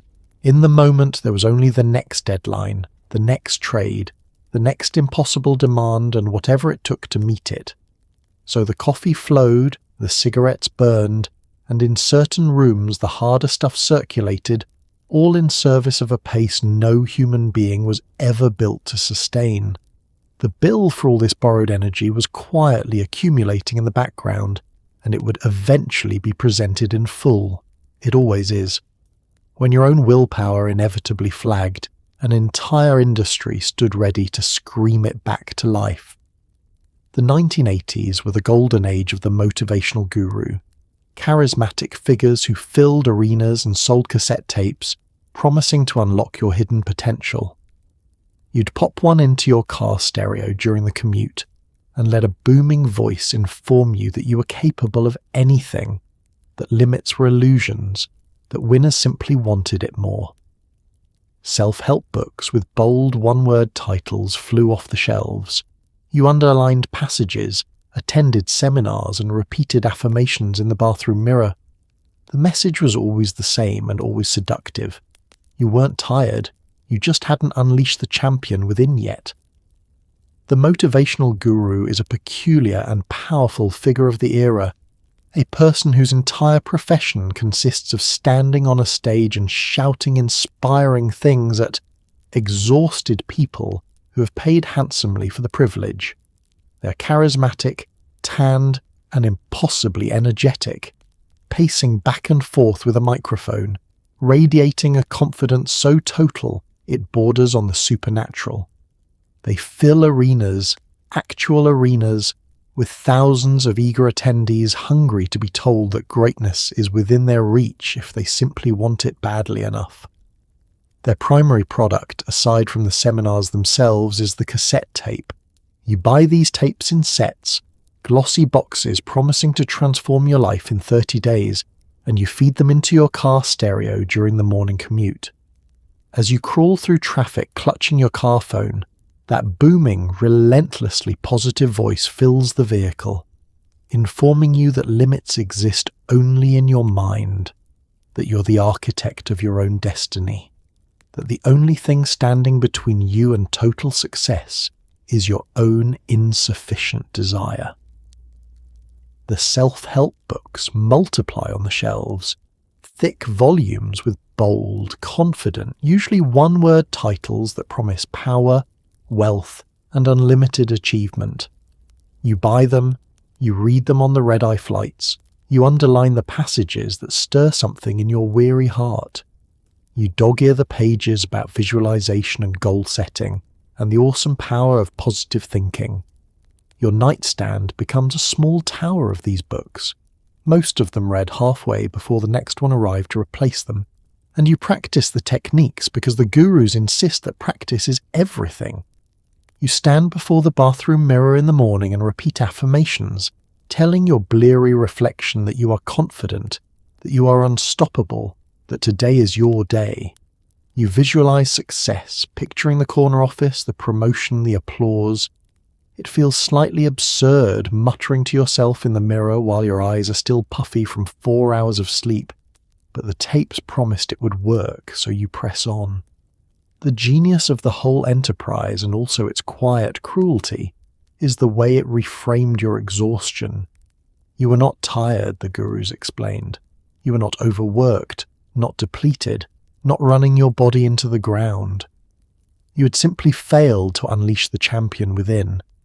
Your fatigue was not a signal to rest, but a character flaw to be overcome through greater effort and more positive thinking. It's a bit like telling a car that's run out of gas that it simply needs to believe in itself more, and the driver nodding along, pressing harder on the pedal. This message was intoxicating precisely because it placed the whole burden on you. If you were struggling, it wasn't the system, it wasn't the inhuman hours, it wasn't the impossible demands. It was you, your mindset, your insufficient hunger. And the solution was never to slow down, but always to push harder, want more, believe deeper. So you bought the next tape, attended the next seminar, and repeated the next affirmation, chasing a champion within who always seemed to be just one more purchase away. The gurus, meanwhile, grew very wealthy indeed, which was perhaps the most motivational fact of all. Now let's turn to the women navigating this aggressively male world, because they face the same brutal hours, plus an obstacle course all their own. To be taken seriously, a woman in the 1980s boardroom was expected to armour up in her own version of the power suit, sharp blazers, shoulder pads that rivaled any man's, and a silk bow at the collar that somehow said both feminine and formidable. She had to work twice as hard for half the credit, deflect comments that would horrify us today, and prove herself again every single morning. The corporate ladder existed for her too, in theory, but the rungs were spaced a little further apart and someone had usually greased them first. She climbed anyway, with remarkable grace. The woman entering the corporate world of this decade walks into a room built entirely by and for men, and she knows it the moment she crosses the threshold. The furniture, the culture, the unwritten rules, all of it was designed with someone else in mind. She's arrived in growing numbers now, pushing into offices and boardrooms that had been closed to her mother's generation. But arriving is only the beginning of the battle. Staying and rising requires a strategy all her own. Her armour is a careful and deliberate construction. She adopts the power suit, but a version of it engineered to walk an impossible line. The blazer is sharp and structured, the shoulder pads every bit as broad and imposing as the men's, projecting authority and command. But then, at the collar, comes the soft silk bow, a small concession to an era that demanded she appear formidable and feminine at the same time. Tough but not threatening, powerful but not, heaven forbid, unlikable. It's a wardrobe designed to solve a contradiction that should never have existed, and the work she does is subject to a different arithmetic than her male colleagues. She must work twice as hard to receive half the credit. A mathematics so unfair it would be comical if it weren't so exhausting. Her good ideas have a way of being repeated by a man 10 minutes later and suddenly being taken seriously. Her accomplishments are scrutinized, second-guessed, and quietly attributed elsewhere. She learns to document everything, to speak up at precisely the right moment, to fight for recognition that her male peers receive automatically. Then there are the comments, the constant low hum of remarks that range from the casually dismissive to the openly appalling. The kind of things said in that era with a shrug and a chuckle that would land very differently today. She learns to deflect them, to absorb them, to smile tightly and redirect the conversation back to business, because reacting too strongly risks the dreaded label of being difficult. It is a daily gauntlet of small indignities, each one requiring a decision about whether it's worth the fight, and she's fighting so many battles already. The corporate ladder is technically available to her, but it is not the same ladder her male colleagues climb. The rungs are spaced farther apart, requiring greater leaps for the same progress. Some rungs are missing entirely, and others have been carefully greased by people who would prefer she not ascend at all. There is a ceiling up there, not written on any chart but felt keenly by everyone. A limit past which the climb becomes nearly impossible, no matter how hard she works or how brightly she shines. It's a bit like being told you're welcome to run the race while being handed a heavier set of weights and a slightly longer track. And yet she climbs, and she does it with a grace and determination that is genuinely remarkable to behold. She endures the hours, the slights, the doubled standards, and the constant need to prove herself all over again each morning, and she keeps rising anyway. Every woman who fought her way up that greased and gapped ladder made the next one's climb a fraction easier, cracking the ceiling a little more with each ascent. It was brutal, it was unfair, and she did it while wearing shoulder pads and a silk bow, smiling through gritted teeth, quietly rewriting what a boardroom was allowed to look like. Somewhere in all this striving, a quiet revolution reshaped the American home. Now both partners worked, and worked hard. The dual-income couple became the aspirational ideal. 2 ambitious professionals, 2 commutes, 2 briefcases, and a combined schedule so tightly packed that spending actual time together required booking an appointment. The weekend, once a sacred stretch of rest, slowly dissolved into catching up on the work you couldn't finish during the week. Saturday morning became just another quiet office session. You told yourselves the sacrifice was temporary, that the money and the titles were worth it, that you'd slow down eventually. Eventually, of course, was a place on the calendar that never quite seemed to arrive. The dual-income household became the shining symbol of modern success. 2 ambitious people building careers side by side, pooling their salaries into a lifestyle their parents could scarcely have imagined. On paper, it was a triumph. A marriage of equals both charging up their respective corporate ladders, and in many ways it genuinely was. But it came with a hidden cost, a quiet arithmetic of time that nobody quite added up until it was too late to change the sum. The logistics alone were a marvel of exhausting coordination. 2 alarm clocks screaming at 5 in the morning, 2 suits laid out the night before, 2 commutes in 2 cars, or perhaps a hurried handoff of children to a sitter before both of you sped off in opposite directions. 2 beepers, 2 filer faxes, 2 sets of late nights and business trips and power lunches, all somehow needing to interlock like gears in a machine that ran at full speed from dawn until well past dark. Spending time together, actual unhurried time in each other's company, became a genuine scheduling challenge. You'd flip through your fat leather planners, comparing calendars, hunting for a shared free evening the way prospectors hunt for gold, and finding it just about as often.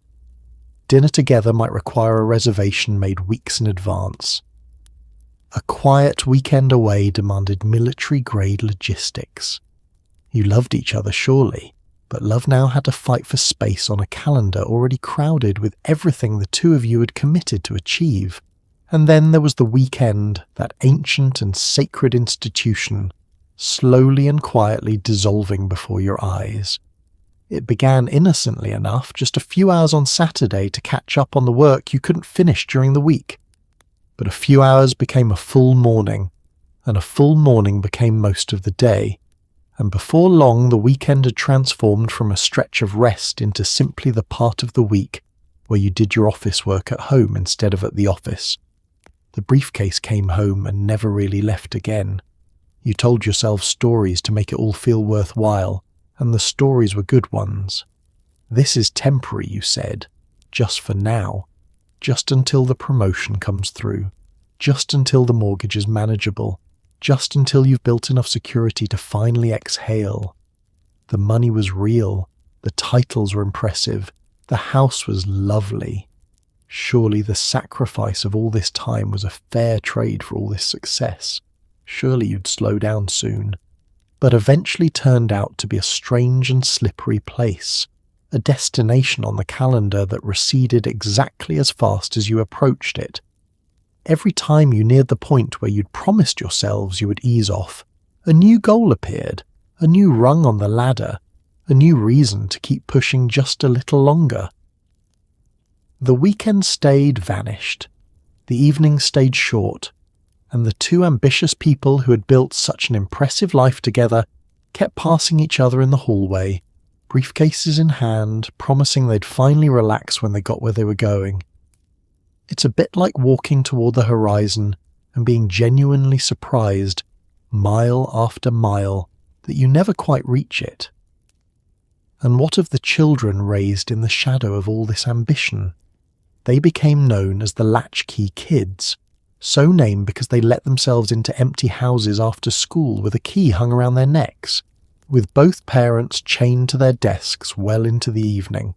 These kids grew up remarkably independent, heating up their own dinners, watching television alone, and navigating entire afternoons without adult supervision.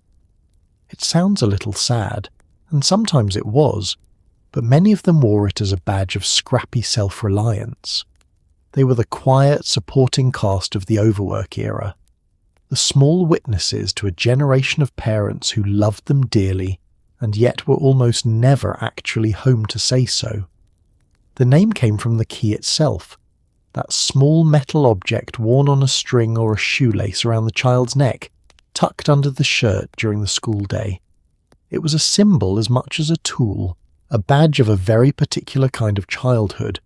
When the final bell rang and the other arrangements fell away, these children walked or rode home to houses that were empty, fished the key out from under their collars, let themselves in, and faced the long stretch of afternoon entirely on their own. The house they entered was quiet in a way that houses aren't supposed to be quiet when a child comes home.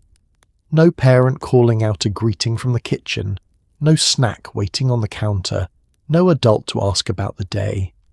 Just the hum of the refrigerator and the ticking of a clock, and several hours to fill before a tired parent finally came through the door, briefcase in hand long after dark.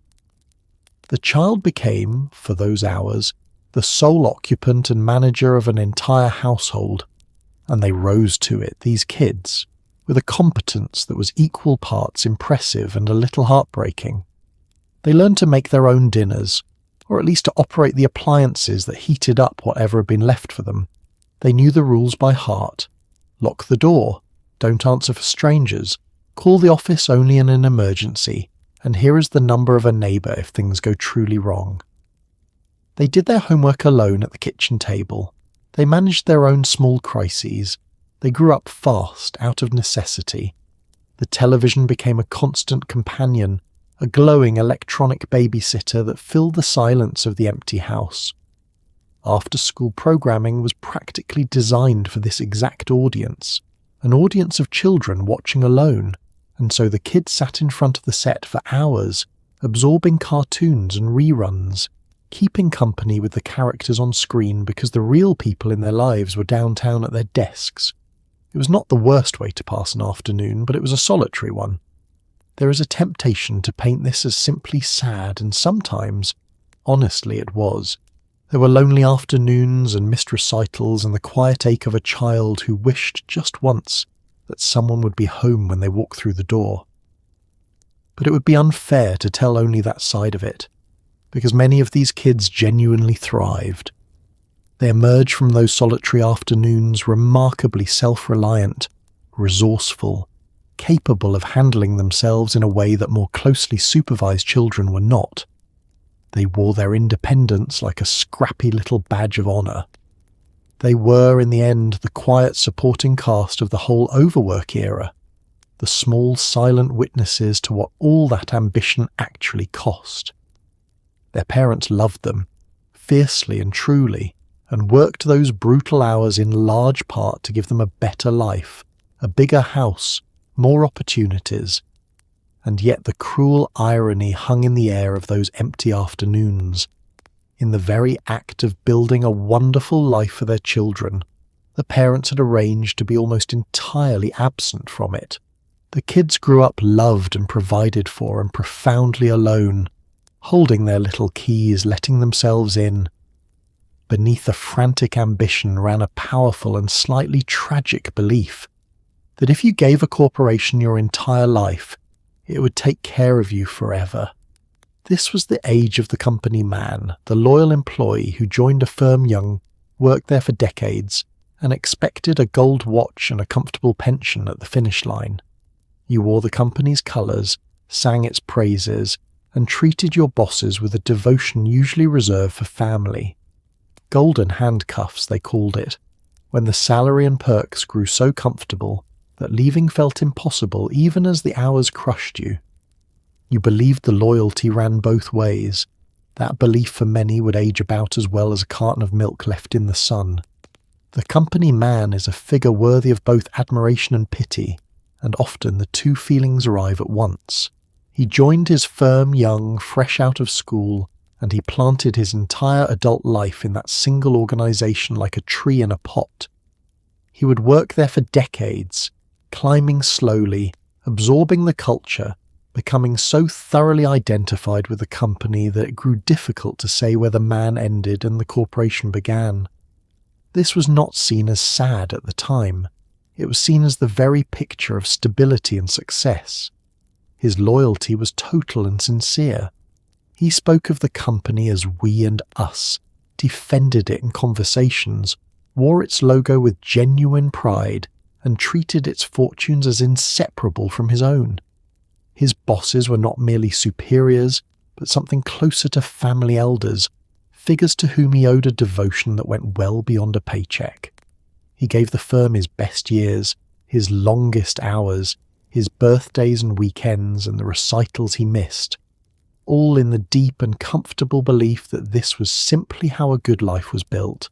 In exchange, or so the unspoken bargain went, the company would take care of him. There would be steady raises, a secure position, and at the far end of the long road, the sacred rewards. The gold watch presented at the retirement dinner and the pension that would carry him comfortably through his golden years. This was the deal as he understood it. Decades of devotion traded for a lifetime of security. give us everything the arrangement seemed to promise, and we will never let you fall. They had a phrase for the way this arrangement trapped you, and the phrase was golden handcuffs.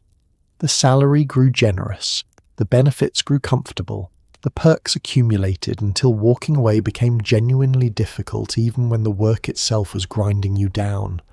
The cuffs were made of gold, which sounds lovely until you remember that handcuffs, whatever their material, are still handcuffs. You stayed because leaving meant giving up too much, and so year after year you remained, well compensated and quietly imprisoned. The crushing hours softened by the comfortable chains. The tragedy waiting at the heart of all this faith was that the loyalty, so total on the employee side, did not always run both ways. The company man believed he had made a binding covenant, a two-way promise of mutual devotion. But a corporation is not a family, however much it encourages you to feel that it is. It is an entity with balance sheets and shareholders and a cold institutional memory, and when the economics shifted, as economics always do, that supposed covenant could be dissolved with startling ease. It's a bit like pledging your undying love to someone who considers the relationship a month-to-month arrangement. For many a company man, the reckoning came later, in the form of a restructuring, a merger, a wave of layoffs that swept away the loyal along with everyone else, sometimes just short of that promised pension. The gold watch never materialized. The lifelong security proved to be a comforting story rather than a binding contract. The belief that decades of devotion would be repaid in kind aged, for a great many people, about as gracefully as a carton of milk left out in the summer sun. But in the thick of the decade, none of that was visible yet. The company man simply worked, and trusted, and believed. Even exercise, that rare escape from the desk, got quietly absorbed into the machinery of achievement. In the 1980s, staying fit wasn't merely about health. It was about maintaining the stamina required to outwork everyone else. Executives took up squash, a fast and vaguely aggressive racket sport played in a small white box, because it could be crammed into a lunch hour and doubled as a place to make deals. Aerobics exploded, with legions of people in headbands and neon leotards bouncing in unison to keep their edge. Even your leisure had a purpose now, a return on investment. You didn't jog to relax. You jogged so you could work harder, longer, and look good doing it. You might think that exercise, of all things, would offer a genuine escape from the relentless logic of overwork. A run, a game, a workout. Surely these were moments purely for the body, free from the tyranny of productivity. But the era had a remarkable talent for absorbing everything into its central obsession, and fitness proved no exception. Staying in shape became less about feeling good and more about maintaining the raw physical stamina required to keep pace in a race that punished the weak. You exercised to work harder, plain and simple. The executive sport of choice was squash, a fast and faintly aggressive game played inside a small white-walled room where two people take turns whacking a rubber ball with a fury that seemed slightly out of proportion to the situation. Its appeal was perfectly suited to the times. It was intense, requiring only a short burst of frantic effort, which meant it could be squeezed neatly into a lunch hour. And crucially, it doubled as yet another venue for doing business. Two sweating professionals trading deals between points, cementing a relationship through shared exertion in a tiny echoing box. Meanwhile, for the broader population, aerobics erupted into a full cultural phenomenon. Everywhere you looked, people were bouncing, kicking and stretching in unison, clad in the unmistakable uniform of the age, the headband, the leg warmers, the neon leotard in colours that seemed engineered to be visible from space. They followed instructors on television and in packed studio classes, moving to an insistent beat, sweating collectively toward the goal of keeping their edge. It was energetic, it was communal, and it was, in its own way, another form of striving. The telling thing about all this frantic activity was the mindset underneath it. Exercise was no longer framed as rest or pleasure or a simple animal joy in movement. It was framed as an investment, a return on the time you put in, a way of maintaining the machine so it could produce more output. You calculated your workouts the way you calculated everything else in terms of what they would yield. Even sweat had to justify itself on the ledger, so you didn't go for a run to clear your head and enjoy the morning. You went for a run to build the endurance you'd need to survive the 12-hour day ahead and to keep your body looking sharp enough to project the image of a winner. You didn't play squash to unwind. You played squash to network and to stay lean and to prove you could still move fast. Leisure had been quietly conscripted into the war effort, handed a job and a quota. It's a bit like scheduling your own relaxation as a work meeting and then evaluating its performance afterward. There was, to be fair, something genuinely good buried in all this. People were moving their bodies, staying active, taking their physical health seriously in a way that mattered, but the era couldn't quite let a good thing simply be a good thing. It had to be optimized, monetized, and pressed into the service of the great cause of doing more. Even in a neon leotard bouncing to a pounding beat, or in a small white room whacking a ball, you couldn't fully escape. The work followed you everywhere, whispering that this too, this sweat, this effort, was really just another way of getting ahead. Of course, the entire point of working yourself into the ground was to buy things that announced you had worked yourself into the ground. The 1980s turned conspicuous consumption into an art form. A heavy gold watch on your wrist told the world your time was literally valuable. A German luxury car in the parking lot, affectionately nicknamed the Beamer, signalled that you had arrived. Even your bottled water carried weight, with imported sparkling brands sipped in boardrooms as tiny declarations of sophistication. Designer labels shouted from every surface. The logic was flawless in its own exhausting way. Why endure 60-hour weeks if nobody could tell? So you spent and spent, and quietly hoped the payments would cover themselves eventually. Here we arrive at the strange and glittering purpose that justified all the suffering. You did not work yourself into exhaustion for its own sake after all. You did it so that you could acquire the objects that would prove to everyone around you that you had, in fact, worked yourself into exhaustion and won. The whole point of the wealth was to be seen, and so this decade elevated the display of prosperity into something approaching a fine art. Nothing you bought was truly private. Everything was a message. Consider the watch. A heavy, gleaming timepiece on your wrist, the kind with a famous name on the face, was not really about telling time. Your car phone could tell you the time. The watch was about telling everyone else that your minutes were precious, that here was a person whose hours were worth so much they wore the value right on their arm. It caught the light during handshakes. It peeked out from beneath the cuff of the power suit. It announced your arrival before you'd said a word. Then there was the car, ideally a sleek German machine parked where colleagues could admire it, affectionately nicknamed with the easy familiarity of someone who belongs to the club. The car served the same function as the car phone before it, a mobile billboard of success gliding through traffic. It didn't merely transport you. It testified on your behalf, informing every stranger in the adjacent lane that the driver was a person of means, a person who had climbed the ladder high enough to afford the finer things and wanted very much for you to notice.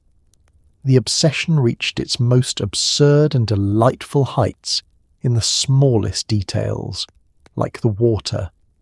Ordinary tap water, free and perfectly functional, would not do. Instead, you sipped imported sparkling water from a distinctive bottle, set prominently on the boardroom table, a tiny fizzing declaration of sophistication and worldliness. There was something wonderfully ridiculous about it. The idea that even your hydration needed to carry a designer pedigree, that even quenching your thirst was an opportunity to broadcast your refined and expensive taste. And over all of it, the labels shouted. Designer names emblazoned on bags, on belts, on sunglasses, on nearly every surface that could hold a logo. Subtlety was not the goal. The goal was visibility, recognition, the clear and unmistakable signalling of wealth and taste to anyone with eyes. You wore your success on the outside loudly, because success kept secret was, in the logic of the era, hardly success at all. It's a bit like winning a race and then insisting on wearing the medal to the grocery store, to bed, and into the shower. The reasoning behind all this spending was, in its own way, perfectly airtight and perfectly exhausting. Why on earth would you endure the 60-hour weeks, the vanished weekends, the beeper going off at 3 a.m, if you couldn't show something for it? The suffering demanded a reward, and the reward had to be visible, or the suffering felt pointless. So you spent, and then you spent more, filling your life with gleaming proof of your achievement, and quietly in the back of your mind, hoping that the mountain of monthly payments would somehow, someday, take care of itself. The watch ticked on, the bills piled up, and you kept working in part to pay for the very things that proved how hard you worked. While you toiled away in your cubicle, a far larger and more ruthless game was unfolding above your head, one that could erase your entire company overnight. Enter the corporate raider, a new breed of financier who bought struggling businesses, carved them into pieces, and sold off the parts for enormous profit. Words like hostile takeover and leveraged buyout entered the everyday vocabulary, usually spoken in a nervous whisper. Fortunes were built on borrowed money and bold nerve, and a few high-flying deal-makers became household names, celebrated as geniuses right up until several of them were led away in handcuffs. It was capitalism with the safety rails removed, thrilling from a distance, and absolutely terrifying if your paycheck happened to be involved. Far above the fluorescent lit world of cubicles and coffee pots, in the rarefied air of high finance, a different and far more dangerous game was being played, and its outcomes could reshape or destroy your entire company between one Friday and the next Monday. You, toiling away at your desk on your spreadsheets, were often the last to know when the ground beneath you had begun to shift. The people playing this game didn't care about your quarterly report. They cared about something much larger and much colder. The central figure of this game was the corporate raider, a new and glamorous kind of predator who prowled the markets looking for companies to seize. The raider did not build businesses or make products. The raider bought companies, often ones that were struggling or undervalued, took control of them, and then dismantled them, carving the once whole enterprise into pieces and selling off the parts for far more than the whole had cost. It was a form of financial butchery, and it was astonishingly profitable for the person holding the knife. New phrases entered the common vocabulary, spoken in the hushed and slightly frightened tones people reserve for approaching storms. The hostile takeover, in which a company was seized against the will of its own leadership. The leveraged buyout, in which the whole audacious purchase was funded largely with borrowed money, the debt then loaded onto the very company being acquired. These terms drifted down from the boardrooms into the break rooms, where nervous employees traded rumours about whether their own firm might be next on some raiders' list. What made the whole enterprise so dazzling and so dangerous was that it ran on borrowed money and sheer nerve. The raiders didn't need vast fortunes of their own. They needed the audacity to borrow enormous sums and the confidence to bet it all on a single bold move. Fortunes materialized out of debt and daring. Wealth conjured seemingly from thin air by people who understood that in this game, boldness itself was a kind of capital. It was intoxicating to watch, a high-wire act performed with other people's money over a very long drop. A handful of these deal-makers became genuine celebrities, their names known far beyond the world of finance, their faces on magazine covers, their pronouncements treated as gospel. They were celebrated as visionaries and geniuses, masters of a new and thrilling universe, the very embodiment of the decade's belief that greed was good and boldness was everything. Right up until, that is, the whole thing caught up with several of them, and the celebrated geniuses found themselves led away in handcuffs, their brilliant schemes revealed to have crossed some very bright legal lines. The magazine covers changed their tune rather quickly. For the ordinary worker, the whole spectacle was thrilling to watch from a safe distance and absolutely terrifying up close. Reading about a hostile takeover in the newspaper was entertainment. Discovering that your own company was the target was something else entirely. A cold dread that your job, your department, your entire livelihood might be sold off for parts by someone who had never set foot in your building and never would. This was capitalism with the safety rails ripped out, fast and ruthless and utterly indifferent to the small human lives caught in its path. It's a bit like watching a demolition crew from across the street, right up until you realise they're pointing at your house. To even enter this arena, an entire generation decided it needed one magical set of letters after its name, the MBA.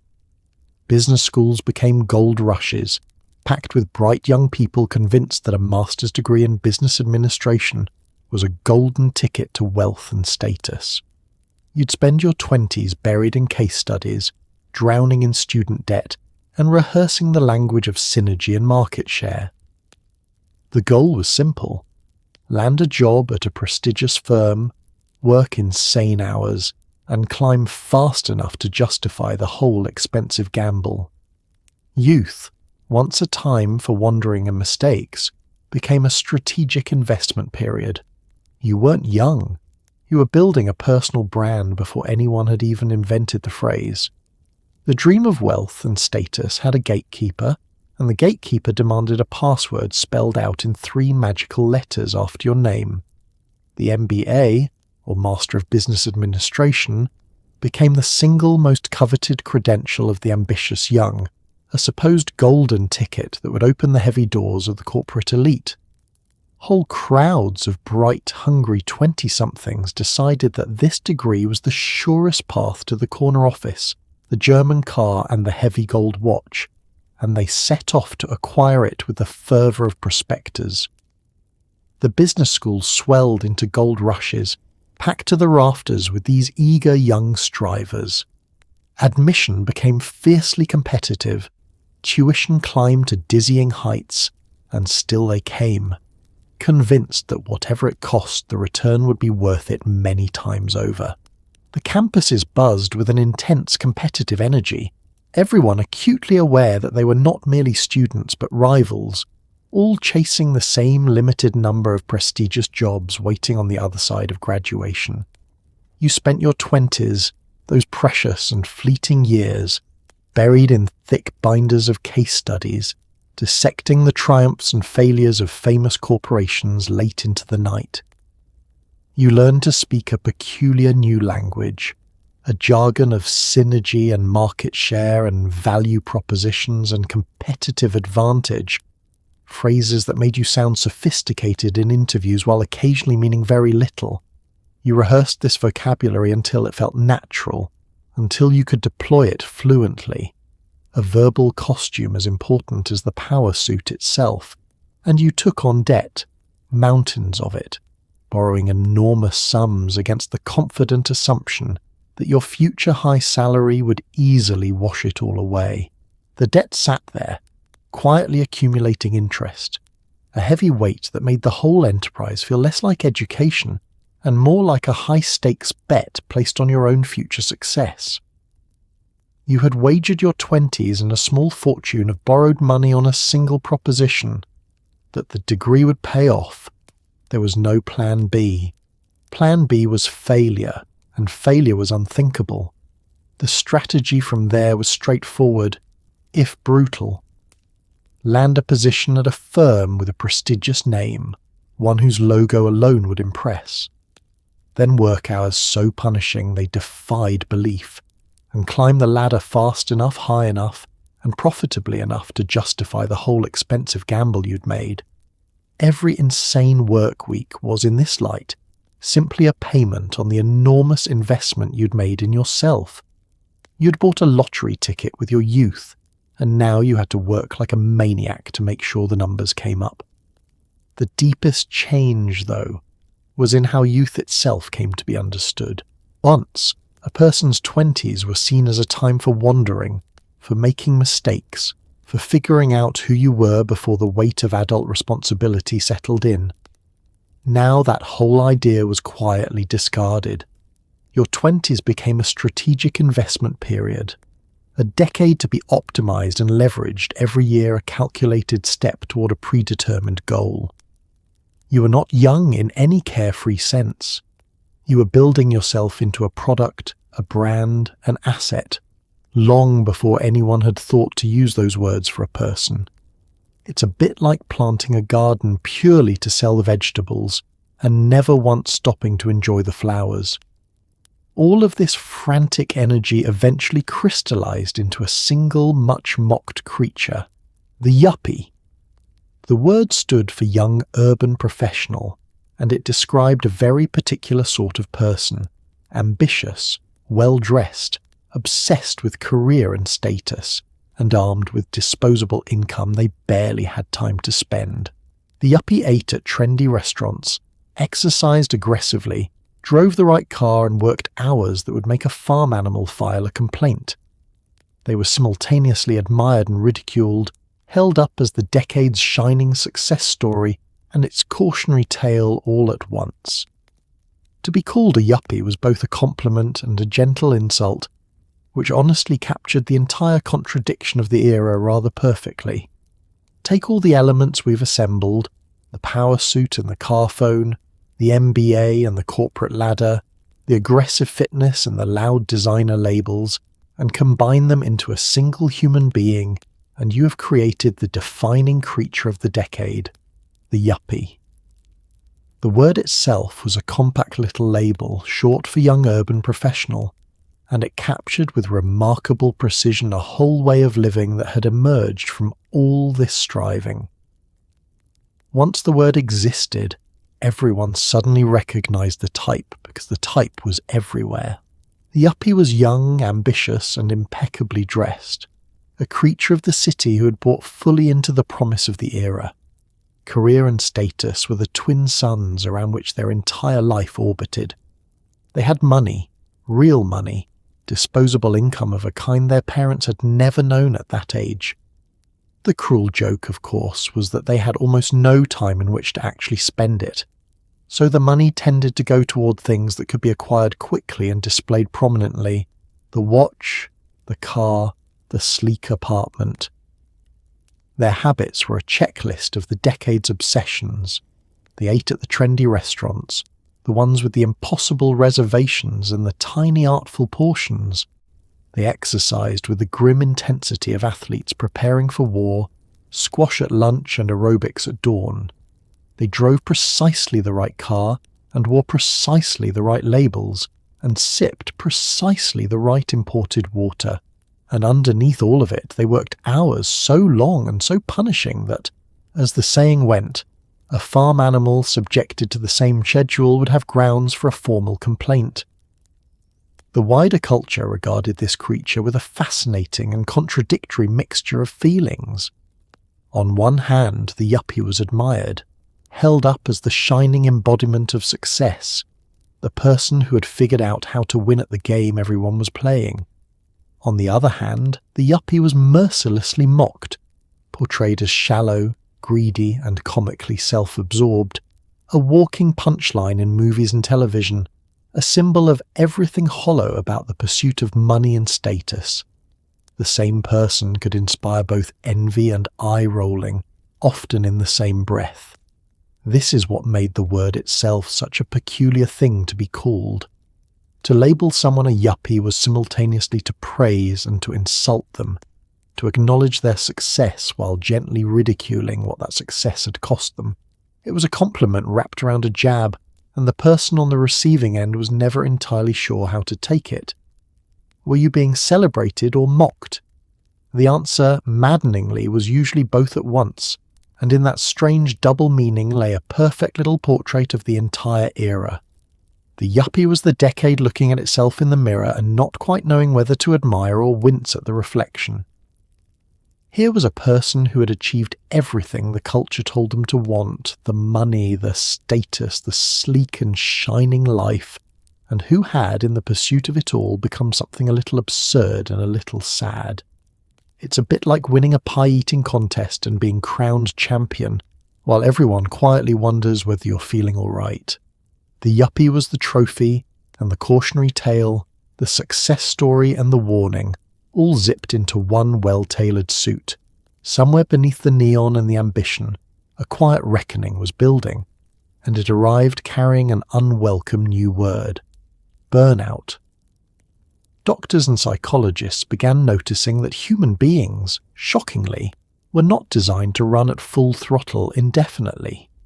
The endless hours, the constant availability, the belief that rest was for the weak, all of it started sending people crashing into walls of exhaustion, anxiety, and quiet despair.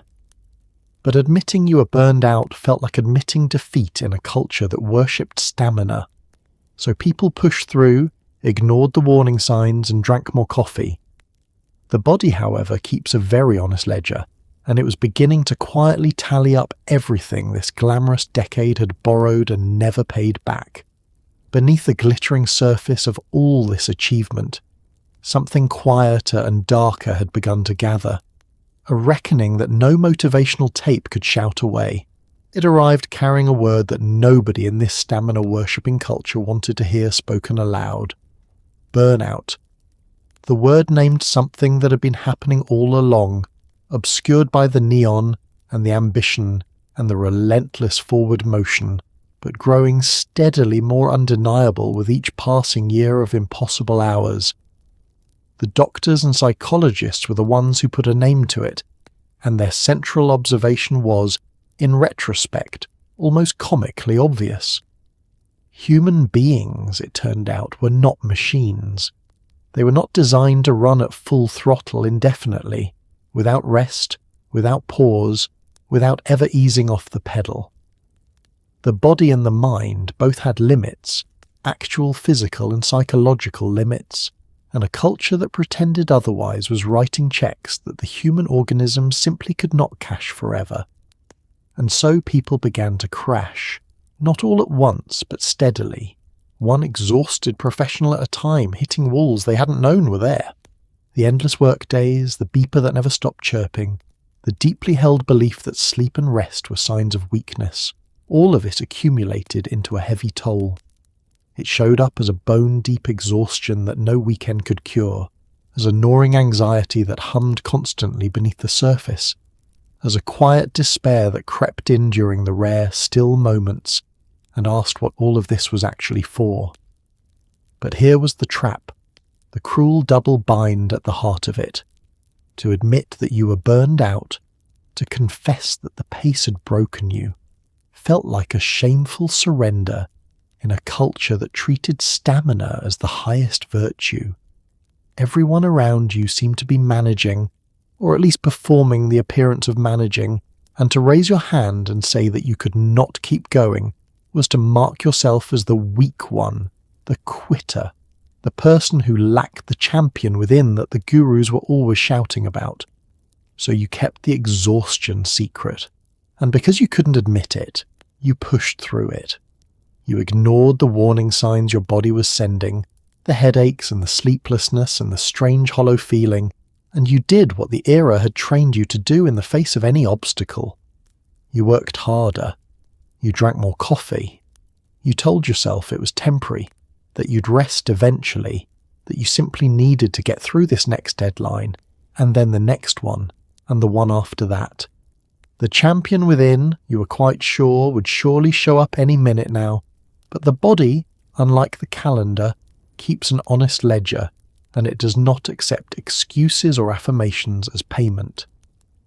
Every skipped night of sleep, every meal eaten standing up, every weekend surrender to the office, every stimulant borrowed against tomorrow's energy.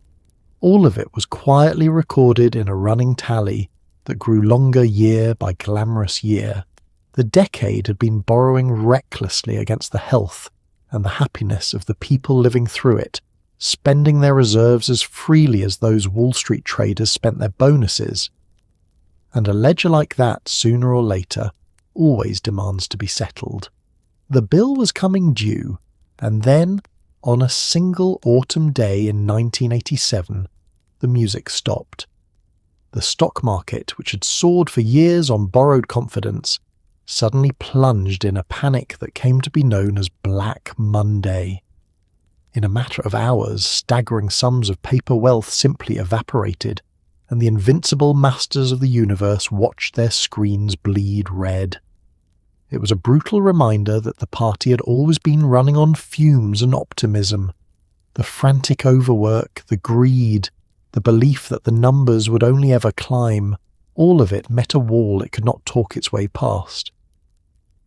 The decade would stumble on, but something had shifted. The glamour, ever so slightly, had begun to fade.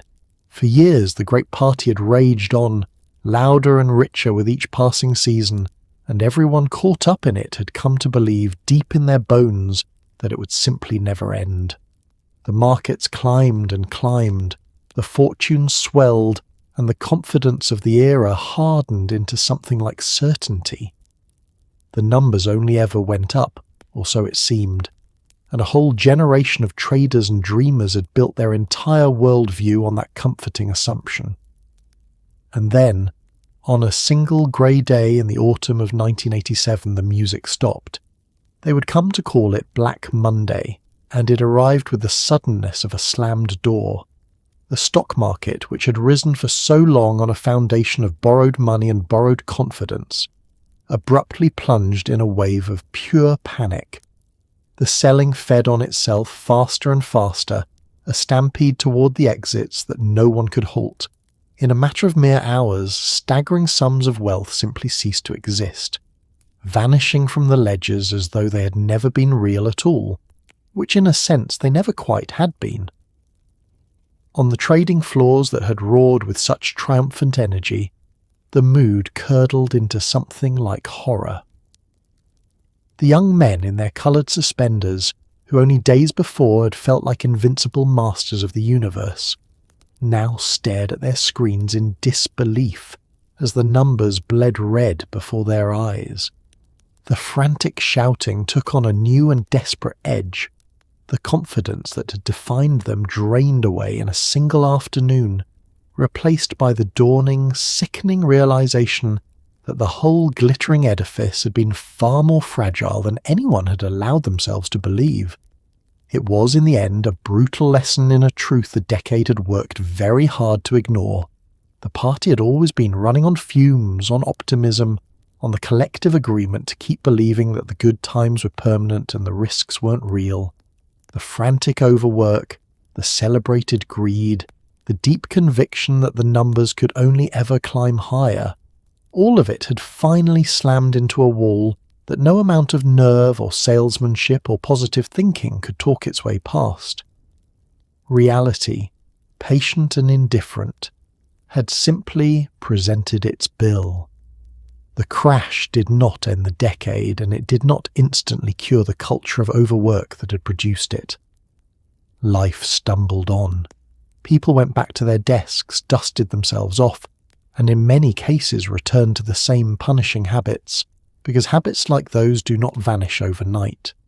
The beepers still chirped, the suit still had shoulder pads, the coffee still flowed like a bitter river. In the immediate aftermath, an outside observer might have been forgiven for thinking that nothing much had really changed at all, but something had shifted quietly, somewhere beneath the surface. A certain innocence was gone, a certain unquestioning faith in the endless upward climb. The masters of the universe had been shown, in a single afternoon, that they were not masters of anything, that the ground beneath even the mightiest of them could open without warning. The glamour that had made all the frantic striving feel so intoxicating had dimmed, ever so slightly, like a bright bulb beginning its long, slow fade. The 80s would keep going for a while yet, but the party's wildest hour had passed, and some part of everyone knew it, even if no one wanted to say so out loud. The music had stopped, and the room was just beginning to notice the silence. So there you have it. You've survived a full day in 1980s America, and what a day it was. You woke before dawn to a screaming alarm, strapped on shoulder pads wide enough to knock over a co-worker, and choke down a breakfast you weren't allowed to actually eat. You conducted business from a telephone bolted to your car, drowned in bitter coffee under humming, fluorescent lights, and sat through meetings whose only purpose was to schedule more meetings. You climbed a greased ladder toward a corner office, clutched your beeper like a leash you'd fastened to yourself, and stayed at your desk long after the sun went down, wearing your exhaustion like a medal. You gave the company your evenings, your weekends, and quite a bit of your health, and you did it all with a booming, motivational voice cheering you on. It's easy to laugh at it now. The neon leotards and the brick-sized phones, the martini lunches and the sincere belief that sleep was for the weak. And we should laugh, gently, because it really was a little ridiculous. But there's something worth honouring underneath all that frantic striving too. These were people chasing a dream of a better life, working themselves to the bone for their families, their futures, and the quiet hope that all the sacrifice would one day be worth it. The latchkey kids let themselves into empty houses, and the parents came home in the dark, and everyone believed sincerely that they were building something that would last. They weren't entirely wrong, and they weren't entirely right, and that's usually how it goes with the stories we tell ourselves about hard work. What they left behind was a lesson dressed up in shoulder pads. That ambition is a wonderful thing until it forgets to let you rest, and that a life spent entirely on the ladder is a life spent mostly climbing. So tonight, as you settle into your own bed, with no beeper on your nightstand and no red-eye flight waiting for you at dawn, maybe spare a kind thought for those tired souls in their power suits, running on 4 hours of sleep and pure, stubborn hope. Be grateful for the quiet evening, the unscheduled hour, the simple luxury of a weekend that belongs to you. Because rest, it turns out, was never a weakness at all. It was the thing they were working so hard to someday afford, and you already have it. Good night.